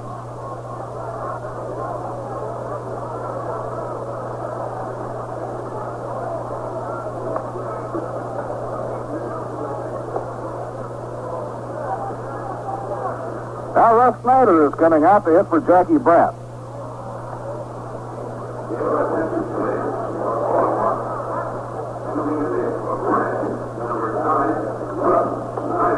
Russ Snyder, who had a good year for the Orioles last season, a real speedster and one of the outstanding bunters in the game today, will now take over the last half of the ball game in center field for Jackie Brandt. Snyder, a left-hand hitter. Pitches over at the knees for a call strike. His first year out in baseball in the Yankee farm system, playing in McAlester, Oklahoma. He hit something like 432. That's a bunch of hitting. Now the pitch on the way, just off the outside corner.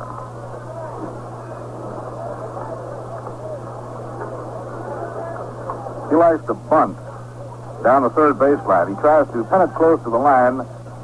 Probably 4 out of 6 times he'll bunt the ball foul, but the 2 times it goes safe, there's nothing you can do. It's a base hit. Fly ball hit in the air to short left field. Coming in is Jim Hickman. Now Jim slows up and he puts it away for the out. A year at McAllister, when he hit 432, it was no fluke. He went to bat 556 times. He had 240 base hits. Last year, we were talking about that bunting. Last year, he beat out 16 bunts for base hits. Like trying to catch a puff of smoke. Now, Louis Aparicio is the hitter, 2 outs and 1 on. Barber is the base runner. Birds 2, Mets nothing, bottom half of inning number 5. Larry Benares pitching for the New York Mets. The blonde right-hander comes over the top of the fastball, inside and high, 1 ball and no strike. Barber and Larry Benares, during the winter, bought a new home out in Huntington. And during the off-season, Larry worked as a substitute school teacher in the Huntington system.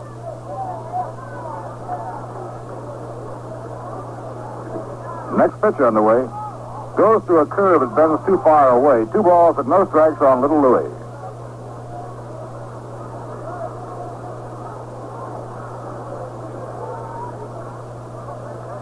Aparicio, right-hand hitter, standing well back from the plate. Rod Keneal striding toward left center against him. Slider over for a strike, 2-1.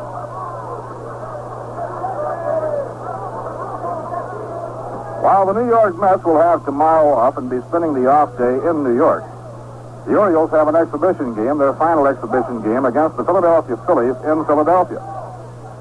A let-up hit on the ground down the third base line, foul. Change up, fouled off, 2-2 to Aparicio.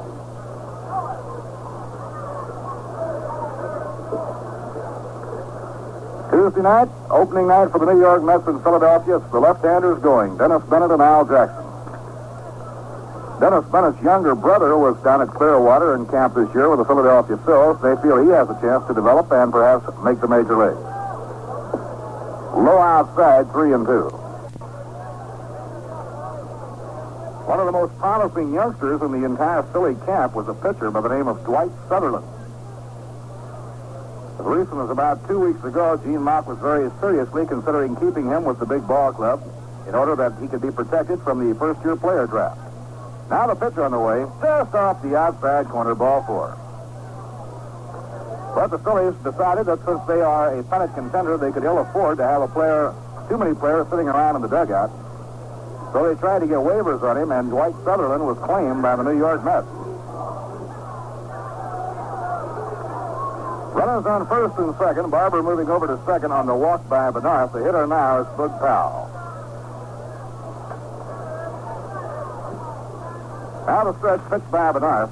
Gets away from Hawk Taylor. No advance. He recovers in a hurry. Inside and low. 1 ball and no strike.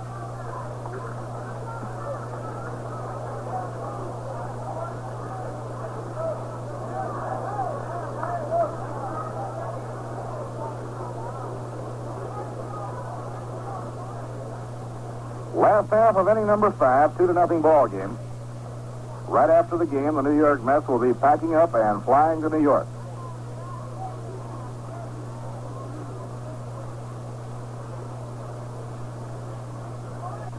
Next pitch on the way. Breaking ball down low, 2-0. It's been a long spring training for a number of people with the ball club. Several of the players, you'll remember, came down to the early camp. So they left after the first week of February. They've been gone about 67 days. People who are so important to the ball club, like Herb Norman, the equipment manager, and the trainer, Gus Mott. A long drive hit deep to right field that is going, dang gone. A 3-run homer for Bug Powell.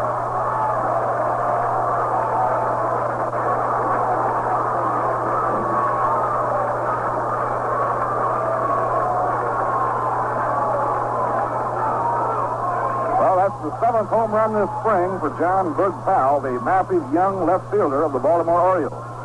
He pulled that one and easily hit it over the right field fence. 5-0, Birds in front.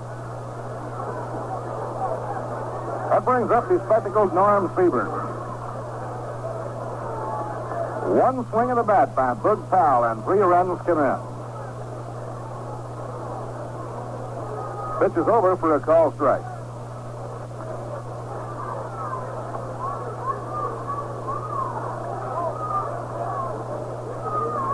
Baltimore, 5 runs on 7 hits. Now Bernard with the full windup. In comes the pitch. Breaking ball inside and low. 1 ball and 1 strike. A 2-out, 3-run homer.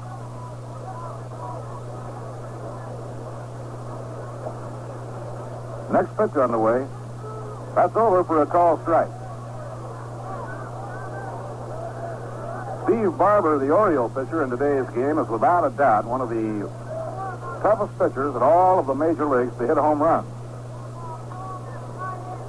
He rarely gives up many home runs in the course of a year. Strangely enough, if he gives up about 10 a year, it seems like Detroit gets about 8 out of the 10. 1-2 delivery, it's bounced foul.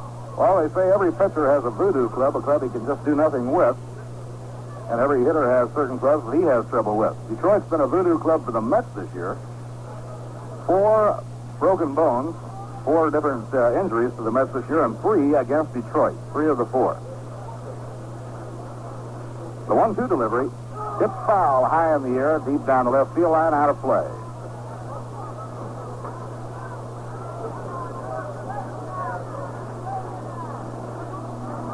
Two Coleman, Craig Anderson, Carl Willie, all hurt against Detroit.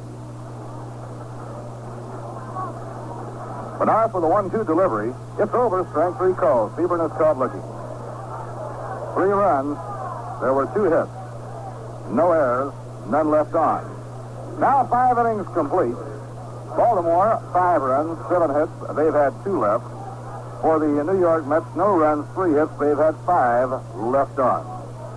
And on Friday, when the Mets open the beautiful new Shea Stadium, which seats 55,300, they'll be opening a 7-game homestand.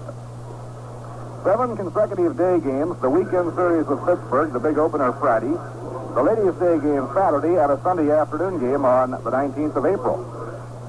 Then the Philadelphia Phillies come to New York and to Shea Stadium for a 2-game series, both day games on Monday and Tuesday, the 20th and 21st. After the Phillies leave town, Bob Kennedy and the Chicago Cubs come in. It'll be the first time we've seen them since they train in Arizona. The Cubs will be in on Wednesday and Thursday, April 22nd and April 23rd. Tickets are on sale for the 7-game homestand at all the 81 home games of the New York Mets. At the ticket office at Shea Stadium. Also Midtown Manhattan at Grand Central Station near the 42nd Vanderbilt ramp, the Long Island waiting room of the Penn Station, and in Suffolk County at Macy's and the Walt Whitman Shopping Center in Huntington.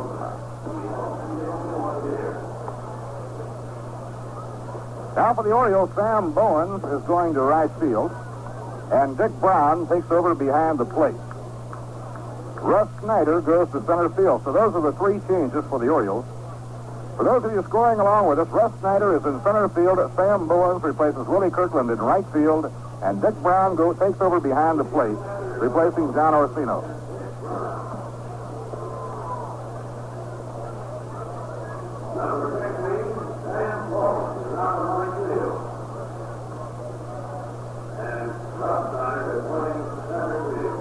Ron Hunt leading off against Barber in the 6th inning. Birds now with a 5-0 lead after a 3-run homer by John Powell. Ron doubled to right and has drawn a walk so far. Outside and high, 1 ball and no strikes. Nobody warming up as yet. Hank Bauer planning to go at least 7 innings with Steve Barber. Now Galen Cisco starts to warm up for the New York Mets.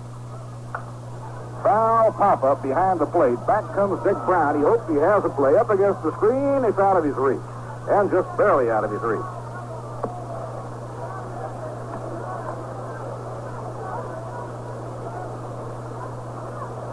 No workout tomorrow for the Mets. Casey giving the ball club the day off after some 65 days of a spring training grind. It'll give them a chance to get unpacked and send their laundry out. Pappy Durkin, our engineer, is heading north, but he's got this thing all beat because he sent his laundry out the day before we left. Of course, his laundry is still in Florida. Now the pitch on the way, a ground ball banged towards short. Backhand play by Aparicio, the long peg not in time, and Hunt beats it out for a base hit. So Ron is 2 for 2 and a walk and 3 trips to the plate. Right here, we pause for station identification. This is the New York Mets Baseball Network. WGY, WGFM Schenectady, where the time is 8 minutes past 7 and the temperature is 49 degrees. Bob Murphy with Lindsey Nelson and Ralph Kiner. We're in the 6th inning here in Portsmouth. Baltimore 5 and New York nothing. Ron Hunt has just led off here in the 6th inning with a base hit to deep short. That is the 4th hit given up by Steve Barber. Ground ball slowly hit towards second. Adair charges in, flips the ball to second. 1 on to first, not in time, but what a flashy fielding play. Jerry Adair with a backhand flip got rid of the ball lightning fast to Aparicio. Louis came racing across the bag and threw on to Seaburn, but not in time to get Jim Hickman. It was quite a play by Jerry Adair and Louis Aparicio. Now 1 out and 1 on. The batter is Bob Taylor. The Hawk has grounded out and flied to right, nothing for 2.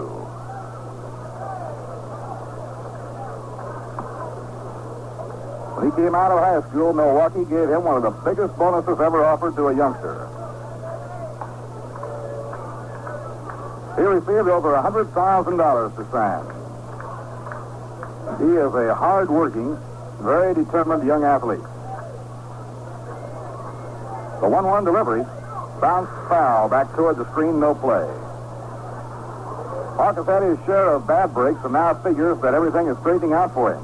Last year in the spring, he broke his collarbone. 2 years prior to that, he was in the service, and in the last 3 years has played less than 60 ball games. So he played this winter in Latin America and played every day and had a real good year. The 1-1 pitch by Barber, taken under the knees, 2 balls and a strike.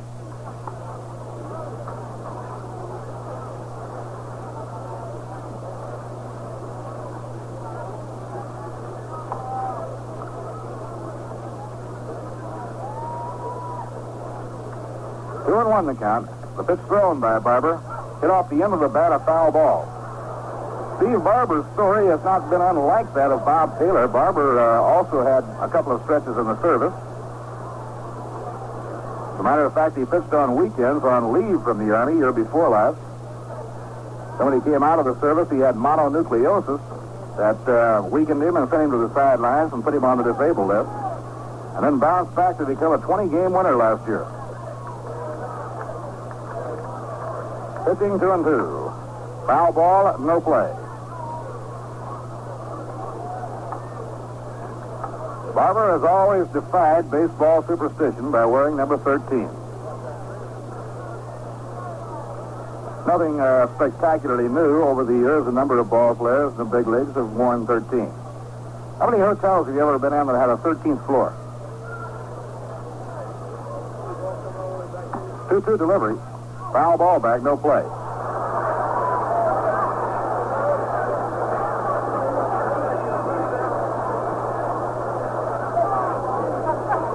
Count even now, 2 and 2 on Bob Taylor. 1 out and 1 on in the top of the 6th inning.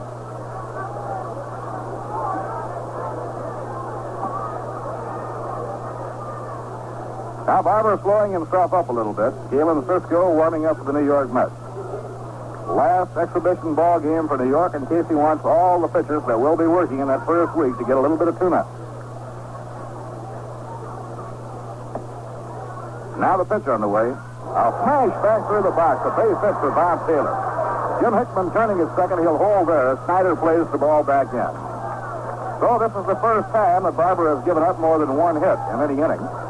Mets now have runners on first and second, 1 out, and Joe Christopher coming up.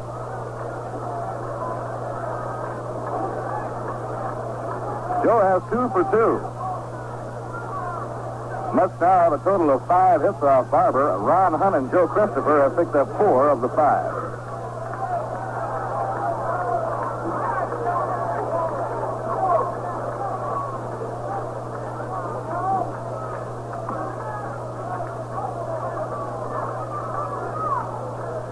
Now the Orioles with the infield at double play depth straight away, and the outfield just about straight away. And the enthusiasm from the top of the bleachers now starts with the cry, "Let's go Mets." Here's the pitch on the way. Sends it right in for a call, strike 1. For the Orioles, in all probability, at Comiskey Park in Chicago, Milt Pappas will pitch their opener, followed by Robin Roberts. Then the Orioles come back to Baltimore for the home opener, where they'll have Steve Barber going against the Yankees.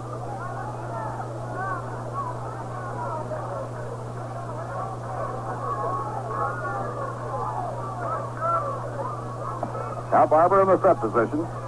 Delivers to Christopher, and it's fouled. Back toward the press box, no play. Mentioning the press box, you can well imagine how happy the baseball writers following the Mets throughout spring training will be to get back home.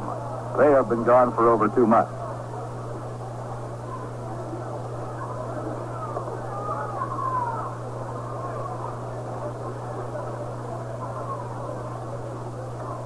Gus Motch and his assistant, Joe Deere, Herb Norman, the home equipment manager, and Nick Torman, who will handle the visiting clubhouse, they've all been in spring training since the first day. Swing and a miss. Barber strikes out Joe Christopher. 2 men down now in the 6th inning, and Sammy Samuel comes up. That is the 4th strikeout by Steve Barber. Samuel has grounded out to first, reached on a force play, nothing for 2. Sammy, a right-hand hitter.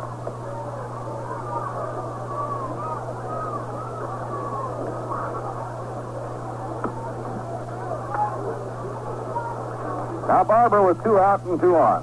Fires a swing and a miss on a letter half fastball, strike 1.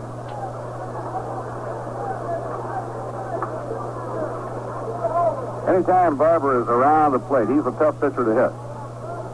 Actually, while winning 20 last year, he gave up more hits per innings pitched than any previous year, and he says he's bound and determined this year not to give up as many hits as he did last year. It was the first year he'd ever given up very many hits. Foul ball hit back toward the crowd and out of play. Still, it was a very successful year for him.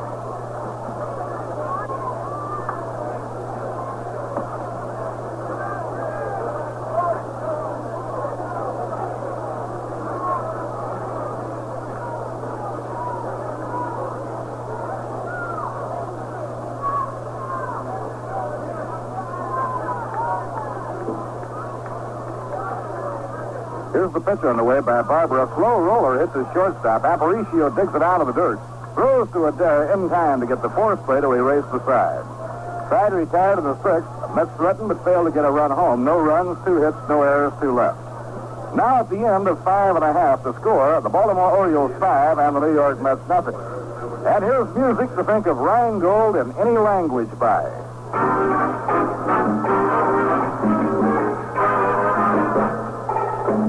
Rheingold tiene el rico sabor y refresca mejor. ¡Extra Dry! ¡Ay, ay, ay! Rheingold tiene el rico sabor y refresca mejor. In any language, it's easy to understand why Rheingold is as good to your taste as it is to your thirst. Extra dry brewing makes the difference. Makes each Rheingold so smooth, so crisp, so satisfying. Rheingold after Rheingold. It's as good to your taste as it is to your thirst. Rheingold tiene el rico sabor y refresca mejor. ¡Extra Dry! ¡Ay, ay, ay! Rheingold tiene el rico sabor y refresca mejor. Rheingold me da Rheingold. Rheingold.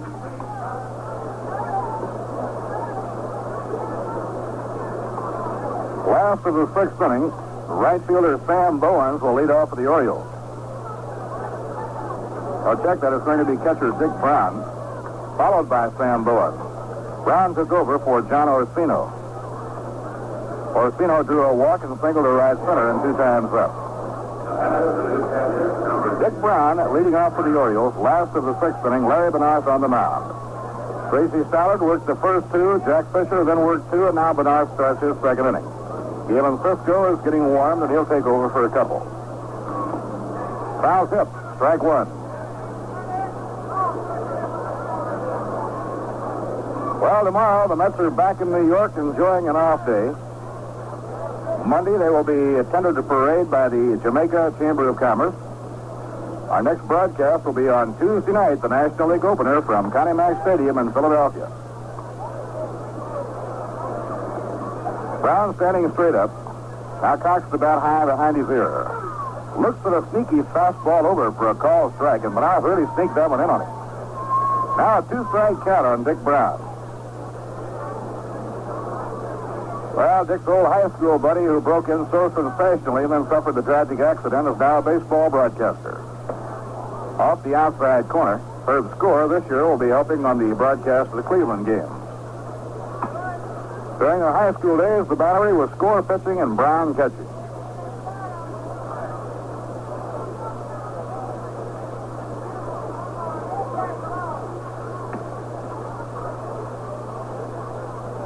One ball and 2 strikes to Dick Brown.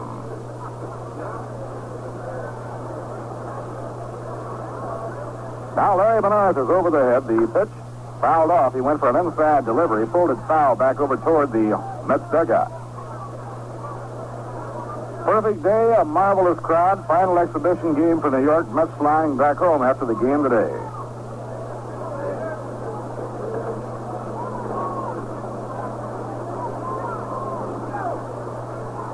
Pitching 1-2. Ground ball hit right back to the mound, taken by Menard. He flips the first one down. One away and nobody on. Up to hit now will be the right fielder, Sam Bowen.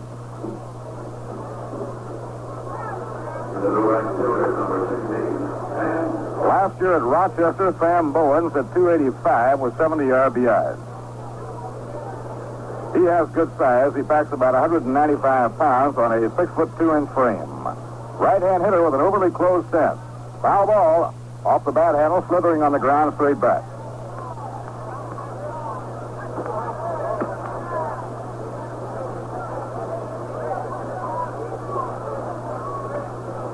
Outfield, a fan around toward left, figuring Bowens as a pull hitter with good power. The infield away around to the left. Now Menard tries to pitch away from him. It's outside. 1 ball and 1 strike.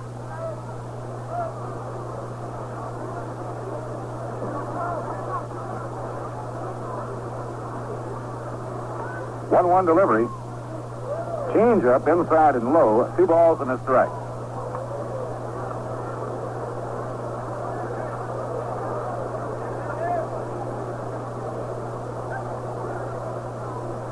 Ron Hunt playing at third, protecting the line against Sam Bowens. Foul tip into the glove of Hawk Taylor, and the count is even now. 2 balls and 2 strikes.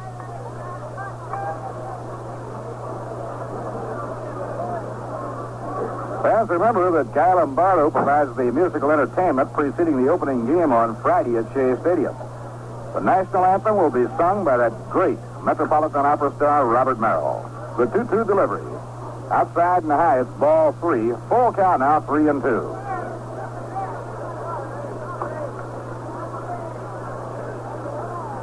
So the string is out, 3-2 on Sam Bowens. 1 out and nobody on. Now the pitch underway. An inside delivery, pull foul. Down past the television camera and out of play. Our next broadcast will be on Tuesday night out of Philadelphia. A game that will be both broadcast and televised back to New York.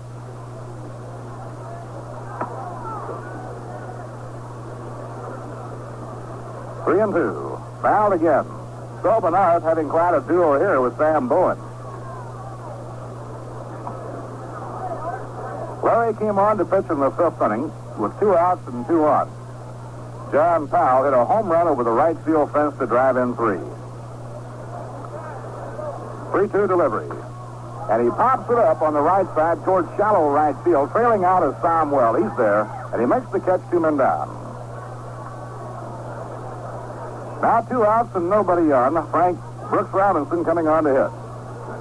Brooks singled to left, driving in the first run of the afternoon, and then flied to center, 1 hit and 2 times up. Brooks has led the Orioles in RBIs during the spring game.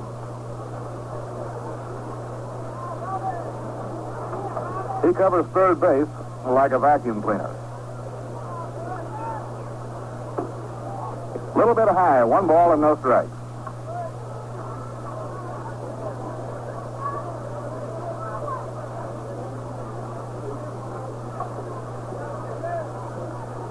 Birds 5 and the Mets nothing. We're in the last half of the 6th inning.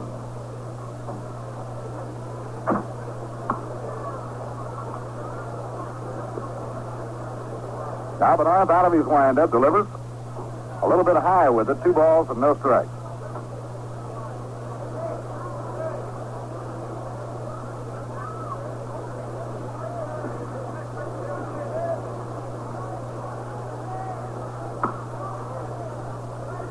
Delivery. This was over, and Robbie was taking all away. The pitch is a strike on the outside corner. 2 balls and 1 strike.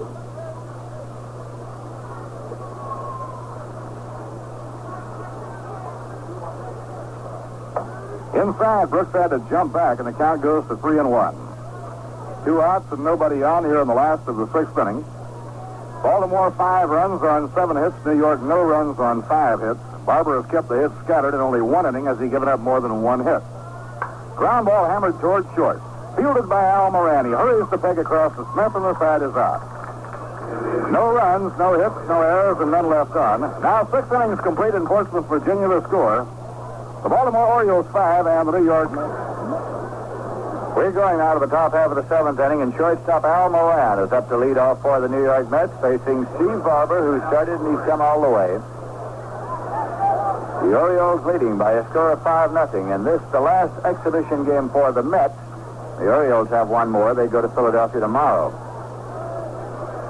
A left-hander with the pitch, and it's low for ball 1.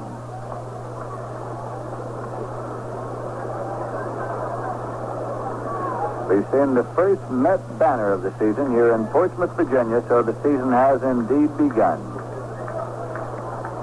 Barber's pitch, and it's in there for a called strike. 1-1. The banner saying "We love the Mets" has been strung across the top of the center field bleachers, and a group there from Connecticut, Yonkers, and Brooklyn. Here's a pitch swung on. It's a ground ball to second base. Jerry Adair over, underhands on to first in time, and Al Moran has grounded out second to first. There's one away. Larry Bernard is due up, but Chris Cannizzaro is going to bat for Larry Bernard. Chris Cannizzaro. Bernard has completed his 2-inning stint, during which he gave up 3 runs on 2 hits. Struck out 1 and walked none.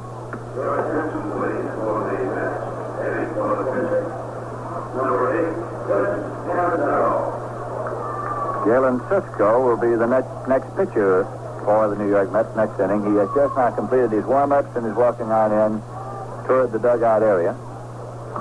Cannizzaro is a catcher by trade, a right-hand batter, left-hander. Steve Barber's pitch misses everybody, including Dick Brown, and bangs up against the screen behind the plate. So it is ball 1 to Cannizzaro. The Mets right now are carrying 4 catchers. They figure to platoon Jesse Gonder and Hawk Taylor. Now they have Cannizzaro and John Stevenson. Stevenson can be used in the outfield or at third base. Has been worked out both places. Played part of one exhibition game in left field. Swinging a ground ball to short. Taken by Aparicio, and the throw on to first in time, and he's out. 2 men down. And that will bring up Dick Smith, the first baseman. Mets have 3 first basemen: Ed Kranepool, Tim Harkness, Dick Smith. Last year, here at this ballpark, Frank D. Lawrence Stadium in Portsmouth, Kranepool hit 3 home runs. Of course, he did not get into the lineup today, hasn't been in it because of the fact that he is a left-hand batter, and Casey Stengel wanted to keep his right-hand hitting first baseman, Dick Smith, in the lineup. Bunted foul. Smith trying to use his speed as he found Brooks Robinson playing a deep third base, but just tipped it off, and it's a strike.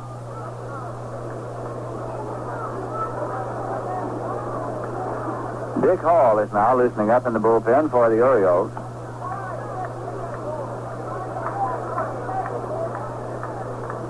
Barber again with the pitch, and it is swung on and missed. 2 strike counts. Steve Barber scheduled to go 7 innings, and we're in the top half of the 7th here now, with the Orioles leading by a score of 5-0. Previously this spring, the Mets and the Orioles played a 2-game set in Miami, both night games, and split the 2 games. Swing and a miss, and Barber finishes up with a strikeout as he got Smith. He set the side down in order in the top of the 7th with no runs, no hits, no errors, none left, and the score at the end of 6 1/2 innings is the Orioles 5 and the Mets nothing. It'll be Jerry Adair coming up now to lead off for the Orioles in the bottom half of the 7th inning. And Lou Jackson is swinging a bat in the on-deck circle, preparatory to batting for Steve Barber, due up second in this inning. Galen Cisco is the pitcher in the ballgame for the Mets, and Jerry Hensley has gone down to the bullpen now. Right-hand batter, Jerry Adair, 2 for 2 this afternoon. In and waiting as Cisco winds and fires, and the pitch is swung on. It's a ground ball toward the hole. Backhanded off the glove of Moran, all out into left field for a base hit. Retrieved by Hickman and fired back in, and it is 3 straight base hits for Jerry Adair as he opens up the bottom of the 7th with a single to left. Now Lou Jackson is batting for Steve Barber. Number 48. Last year at Toronto, Jackson hit .315, including 31 home runs. We're getting a pinch runner now.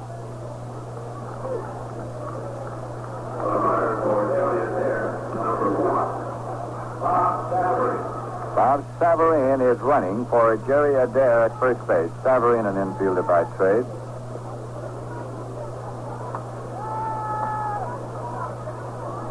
There is nobody out. The Orioles lead 5-0, bottom half of the seventh. Galen Cisco up and set now. Savarine leads at first, and the pitch to Lou Jackson is hit deep to the right field corner. It's going to carry far enough if it stays in, and it is a home run for Lou Jackson. Way out of the ballpark and beyond, over the fence and on the rooftop of a house beyond. Well, Casey Stengel talks about ball players that hit him over buildings, and that's what Lou Jackson did. A 2-run homer. Savarine scores ahead of Lou Jackson as he swung on the first pitch that he got from Galen Cisco and gave it the long ride. Second home run for the Orioles. Bruce Powell had a 3-run homer earlier, and the Orioles are out in front by a score of 7-0.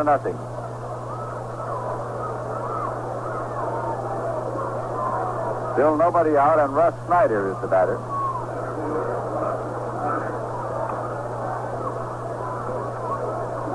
Left-hand batter. And the pitch is high for a ball. Anytime Snyder is up there, you have to protect against the possibility of the bunt. For that reason, Ron Hunt is on the edge of the grass at third.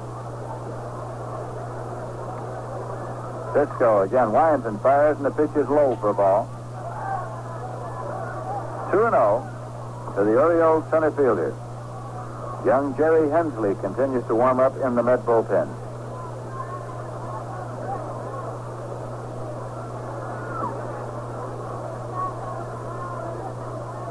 Cisco with the pitch. And it's low for a ball. So it has run out 3-0 now to Snyder.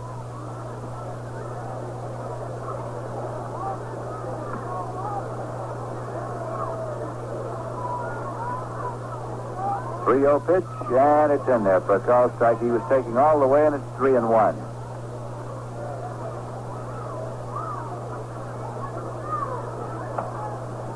Now the 3-1 delivery. Hit on the ground.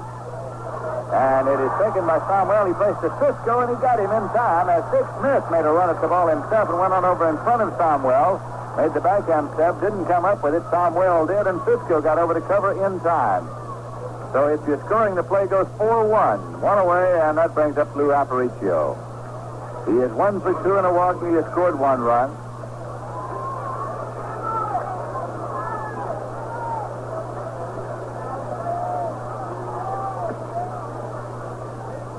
Cisco winds and fires, and it's outside for a ball. 1 man out, nobody on base. Orioles 7, the Mets nothing. Right after this game, the Mets will be flying into New York. Here's a pitch in there for a called strike. It's 1-1. The Mets are expected to arrive at John F. Kennedy International Airport approximately 3.5 hours after the conclusion of this game. A 1-1 pitch, and it's low for a ball. Luis Aparicio. Bruce Powell is waiting around on deck.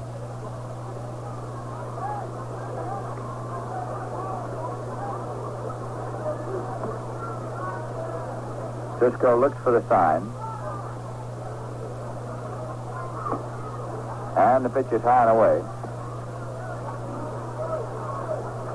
Tried his slip pitch. It's Aparicio at the plate. We'll be on the air Tuesday night at 8 p.m. New York time from Connie Mack Stadium in Philadelphia. Pitch is in there. He started to go, held up. It's called strike.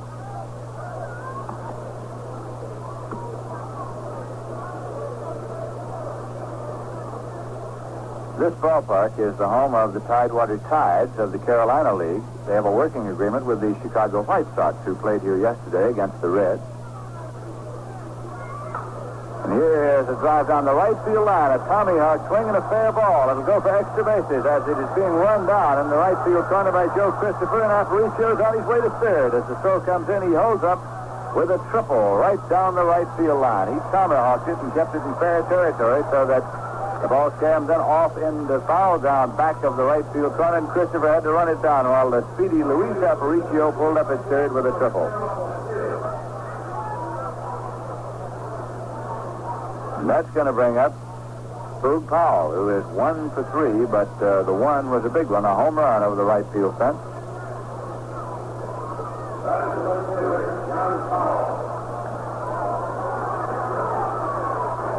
We're in the bottom of the 7th. You're in Portsmouth, Virginia.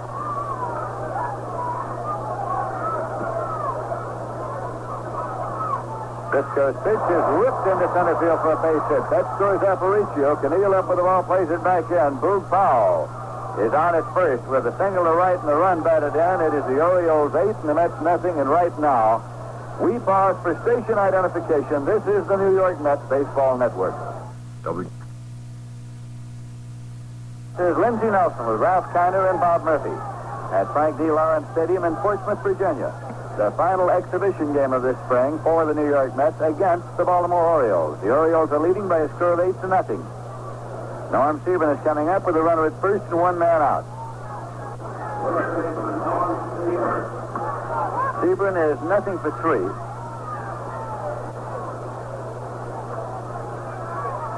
3. Pitches inside for a ball. Sebring came into this afternoon's game with an average of 276 for the spring, but it's a little deceptive because he has had only one extra base hit all spring, one double. Throw over and not in time.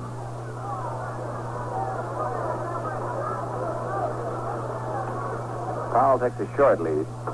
Pitches in there for a called strike to Sebring. Sebring obtained from the Kansas City A's in exchange for first baseman Jim Gentile. Sebring played with the Yankees as a teammate of Hank Bauer, his present manager, and then, of course, Bauer managed him in Kansas City.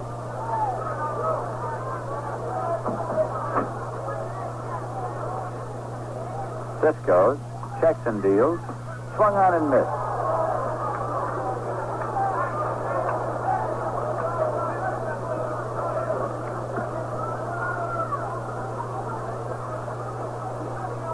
The Orioles have 3 runs in this inning.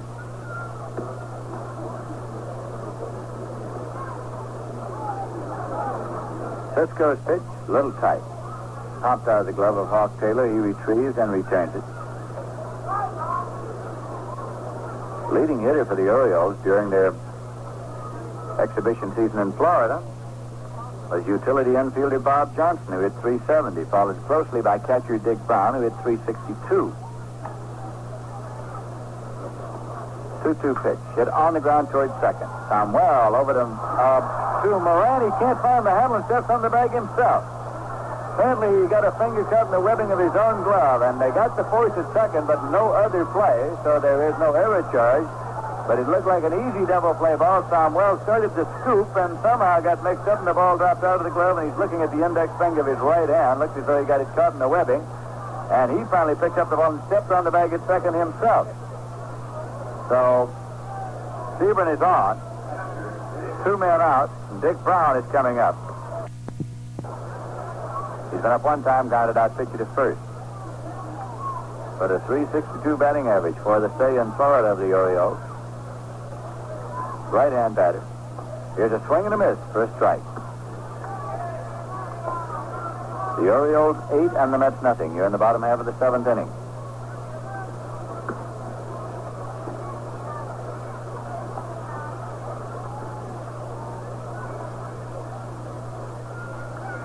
Galen Cisco steps off the rubber, and as he does, Dick Brown steps out of the batter's box. Again, we're set as Sebring leads at first. Pitch to Brown is high for a ball. Galen Cisco, one-time captain and linebacker of Ohio State's football team.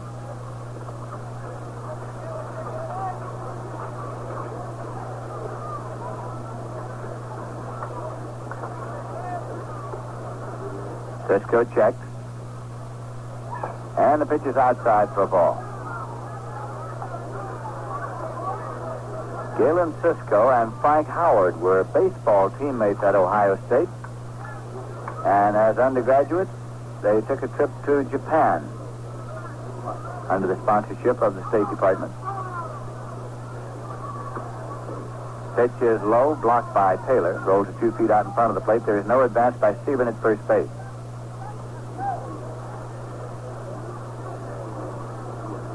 Two men out.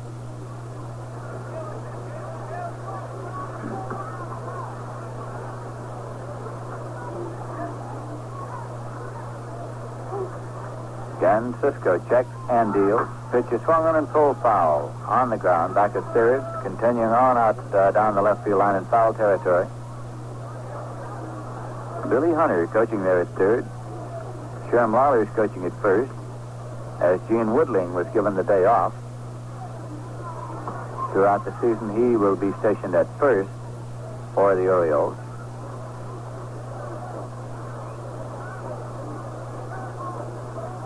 Now the pitch to Brown. Swung on and fouled off, right off the protector of umpire Lou DeMuro. So Big Brown is still alive.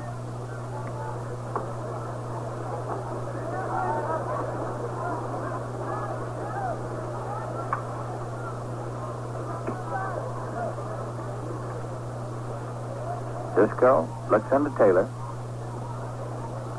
And the pitch swung on and fouled off. Off the screen this time.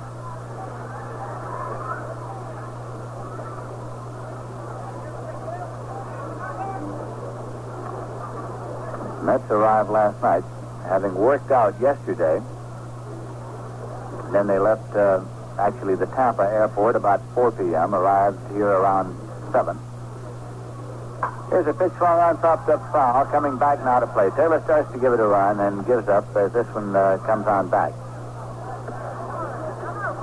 When the Mets arrived at their hotel, their motor hotel, the Chicago White Sox still were there. And before either team left, the Baltimore Orioles came in. So there was one point last night when we had 3 major league teams in one lobby in Norfolk.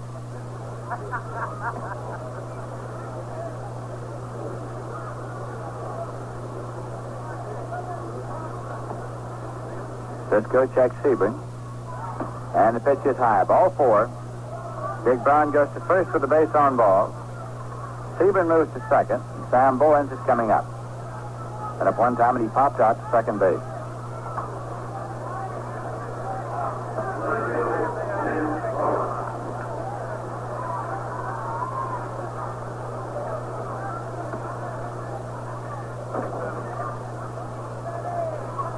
Bowens is a right-hand batter.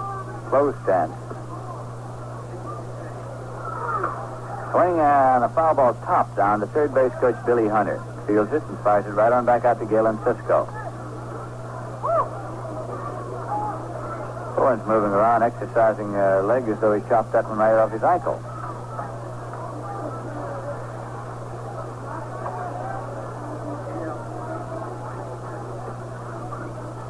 And just outside the batter's box. Now he's coming in.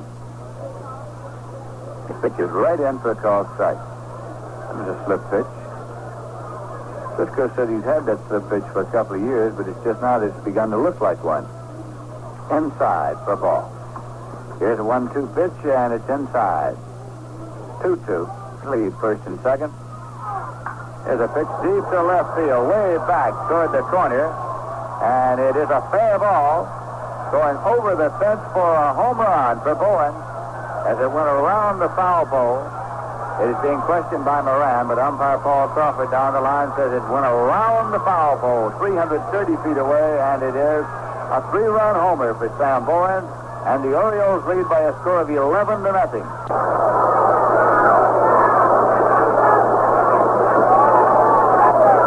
The third Oriole home run of this ball game.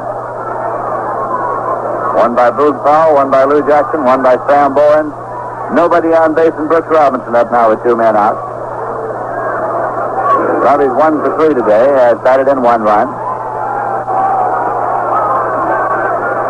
Pitch is in there for a called strike. Casey Stengel out in front of the Met dugout, parading up and down. And the pitch is high for a ball. hit, but 2 of them home runs.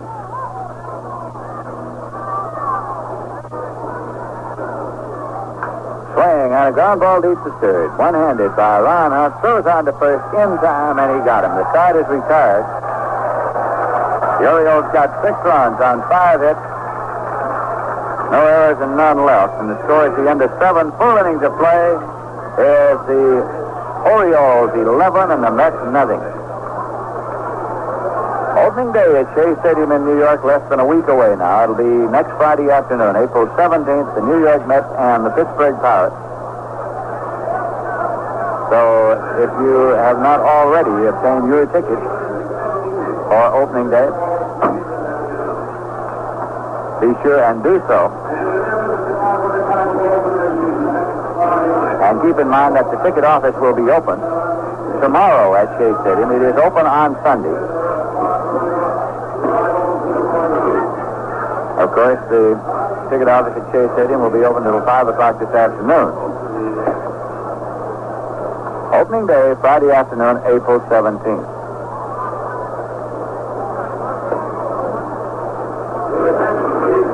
Now Dick Hall has come in to pitch for the Orioles.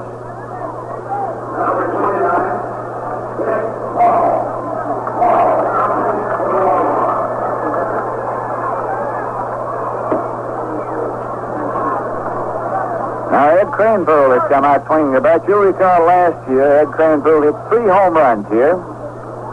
As I remember it, and this is only a recollection that I would not bet much on, I think he hit the first 2 off Robin Roberts and the last one off Stu Miller.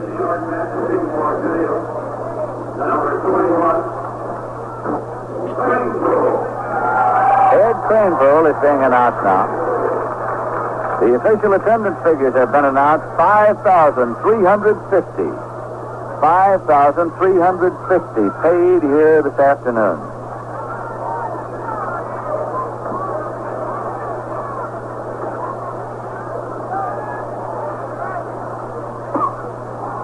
And the pitch is low for a ball. Bob Johnson is now playing first base for the Orioles. In place of Norm Stevens.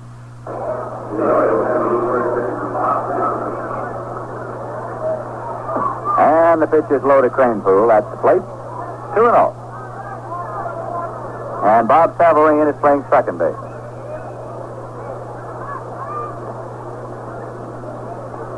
He came on as a pinch runner, stayed in. And the pitch is outside for a ball. It's gone 3-0 now to Ed Cranepool.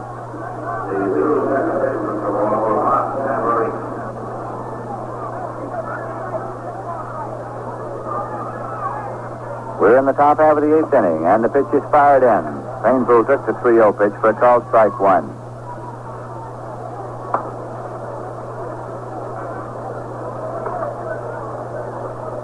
Again, Hall's pitch, and it swung on and fouled off to the left side now to play, and the count is now full at 3-2.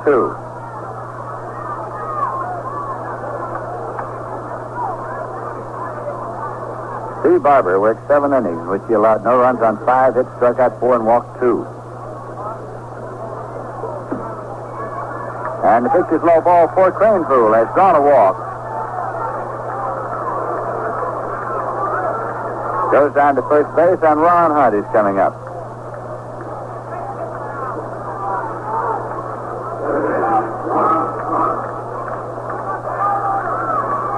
Hunt's 2 for 2 and a walk today, right-hand batter.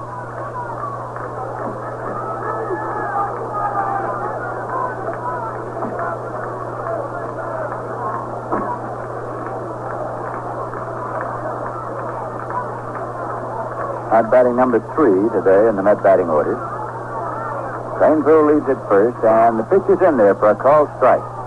Jim Hickman is waiting on deck.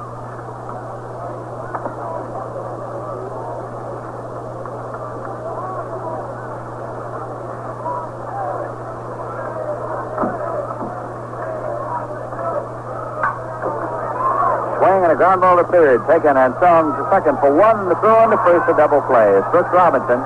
Gets his shot, gunned it on over to Savarine and on to Bob Johnson for a 5-4-3 double play. 2 men out, nobody on, and that will bring up Jim Hickman. The Orioles 11 and the Mets nothing here in Portsmouth, Virginia.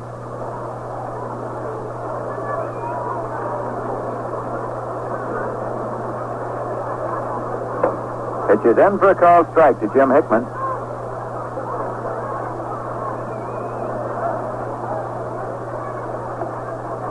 Dick Hall again into the motion. And there is a check swing, but it's in there for a strike. 2-strike count.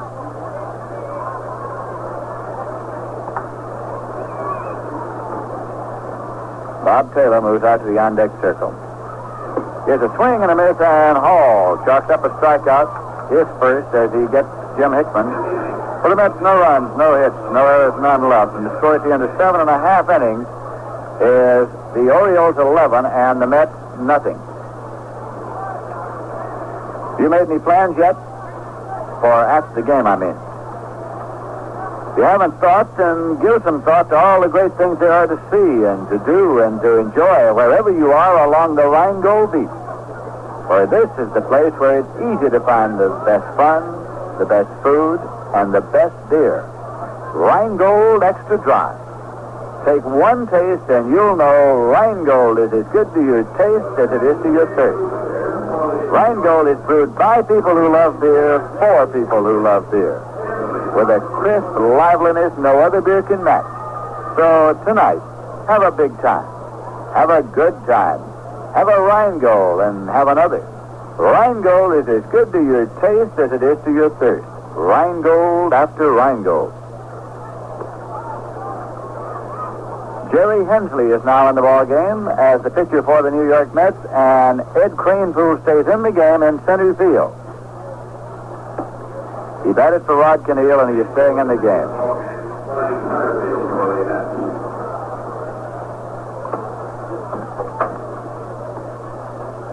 Jerry Hensley is the young fellow who did not pitch an inning of baseball last year. As the property of the Pittsburgh Pirates, he and his twin brother and battery mate were at Kingsport. However, he was on the roster, but simply worked out before games and did not appear in a single game. Red Murph, a Met scout, had seen him in high school, saw him warm up before a ball game there, and Hensley was drafted by the New York Mets.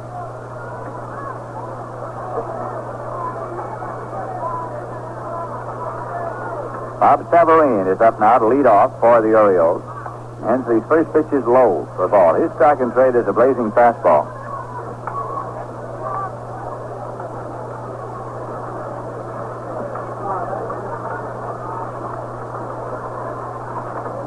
Lou Jackson is now on deck for the Orioles. Came out as a pinch hitter and stayed in the game. This pitch is in for a called strike.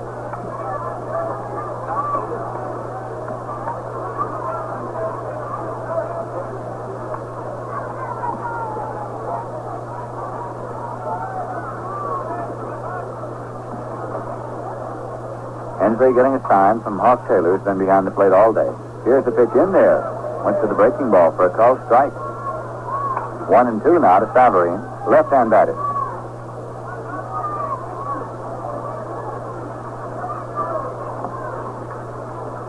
Ed Bowder is warming up now in the bullpen for the Mets. Ed Bowder.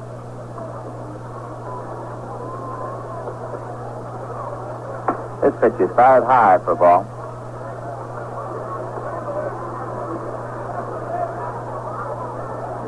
Cisco worked only one inning, in which he allowed 6 runs on 5 hits, struck out none and walked 1.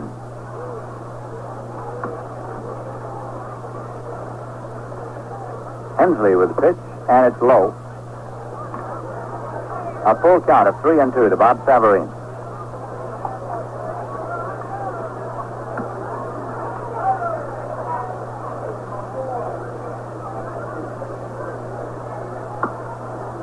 Hensley looks for the sign, and here's the payoff pitch. Swung on and missed, strike 3. So young Jerry Hensley chalks up a strikeout, and this is Lou Jackson coming up. Batted for Barb and stayed in the game.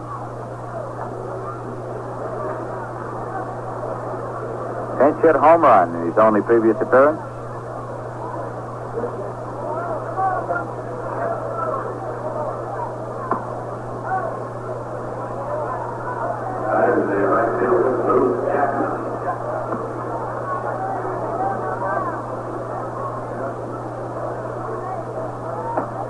And the pitch is low for ball one to Lou Jackson.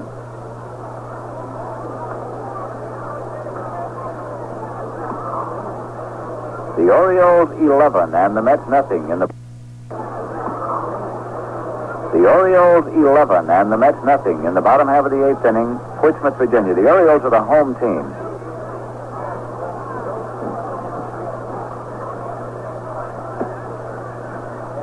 Hensley's pitch swung on and fouled back into the glove of Hawk Taylor. 1-1 count.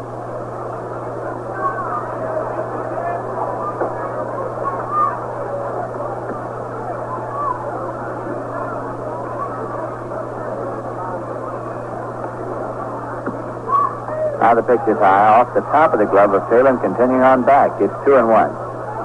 The Mets today, of course, without the services of George Altman, who was left back at the hotel where he could undergo further treatment for the shoulder injury he sustained on the final day in Florida. Trainer Gus March says there is a good possibility he may be able to play on Tuesday night, although it is not a certainty. Frank Thomas is in New York, where he was sent several days ago for treatment of tendonitis. There's a swing and a miss all the way around for Lou Jackson's 2-2 count. Tomorrow will be an off day for the New York Mets, in which they will busy themselves with uniform fitting. Carl Willie, of course, is in New York. He went directly yesterday, flying up from St. Pete with his jaw wired. With a swing and a foul ball, back and out of play. Count holds at 2-2. One man out, nobody on base.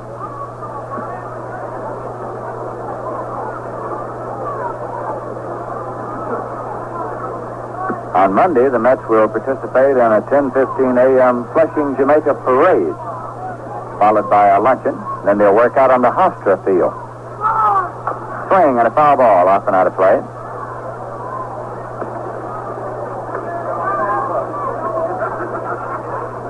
Work continues, of course, on the field at Shea Stadium to get it in shape for opening day, Friday, April 17th, the Mets and the Pittsburgh Pirates. 2-2 pitch to Lou Jackson. Breaking ball swung on, fouled off, got just enough of it to stay alive. As Hawk Taylor couldn't hold on, and the count continues at 2-2.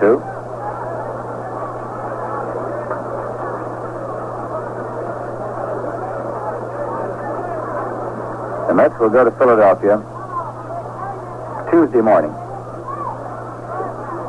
2-2 pitch. It's in there for a called strike three. Struck him out. So Jerry Hensley has faced two men. He struck them both out. You know, people who like beer best like Rheingold best of all, and I'm one of them. Hope you are too, because Rheingold is as good to your taste as it is to your thirst.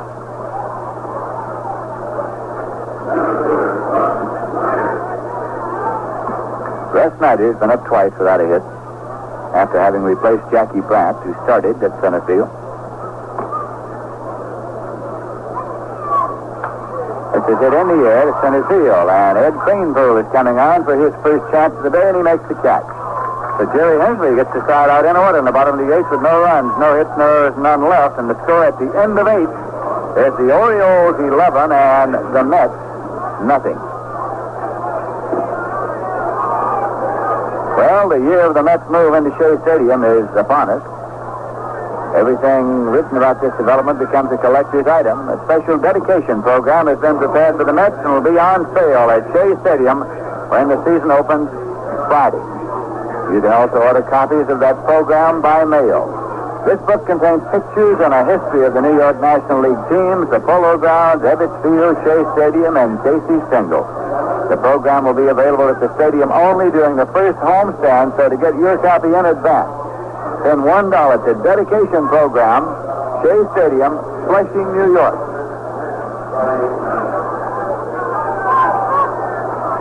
We're going now to the top half of the ninth inning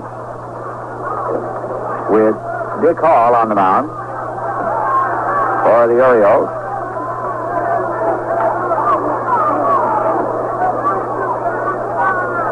Bob Taylor due up for the Mets. Duke Snyder has a bat at the corner of the bat rack. Taylor is there also. And Taylor is coming on up to bat. And Snyder is following him out to the on-deck circle. So apparently it's going to be Taylor batting and then Snyder batting for Christopher, due up next. Mark Taylor is 1 for 3 this afternoon. You'll recall that last year Duke Snyder joined the Mets right here at this stadium. After he was purchased from the Dodgers, he flew in here and got here just about game time last year.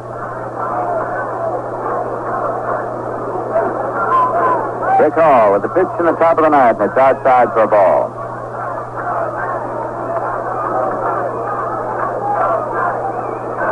Sturdy group of New Yorkers out in center field with the cry of "Let's go Mets." Here's the pitch, low for a ball.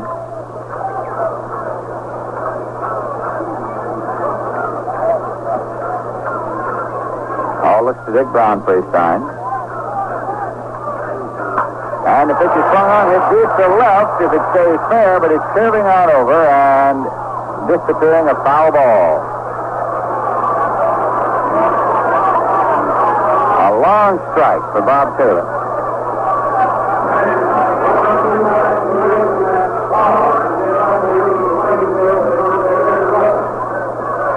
One and one now to Taylor. Snyder still there in the on-deck circle. This pitch is swung on and popped up, and the short center field. Severine is out there, and Snyder's there, and Russ Snyder makes the catch. So there's one away, and now here's Duke Snyder batting for Joe Christopher, and Snyder's getting a hand.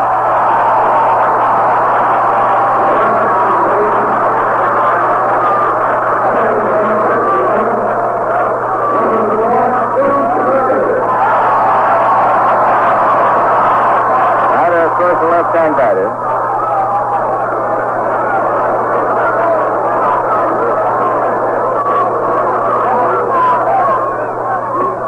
And the pitch is in there for a called strike.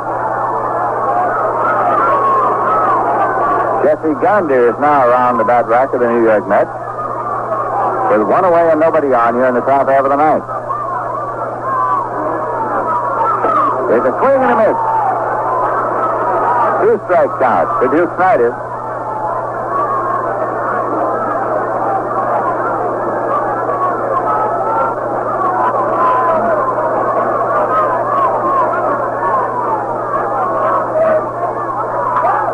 Swinging a ground ball, a comebacker taken by Hall, and he plays on over to first in time to Johnson. As Snyder goes out pitcher to first, and now Jesse Gonder is coming up to bat for Sonny Somwell.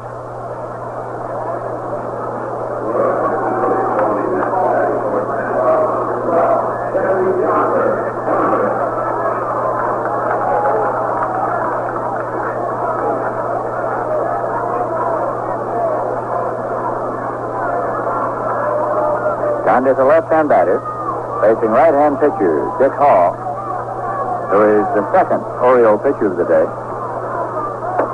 Pitcher's outside for a ball. Steve Barber pitched the first 7 innings and is the pitcher of record.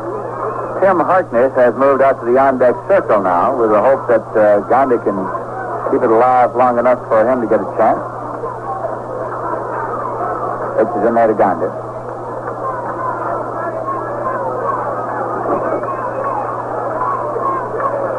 Jan Hall, set, a swing and a miss.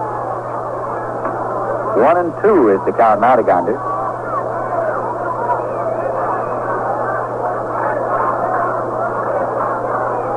The Orioles 11 and the Mets nothing.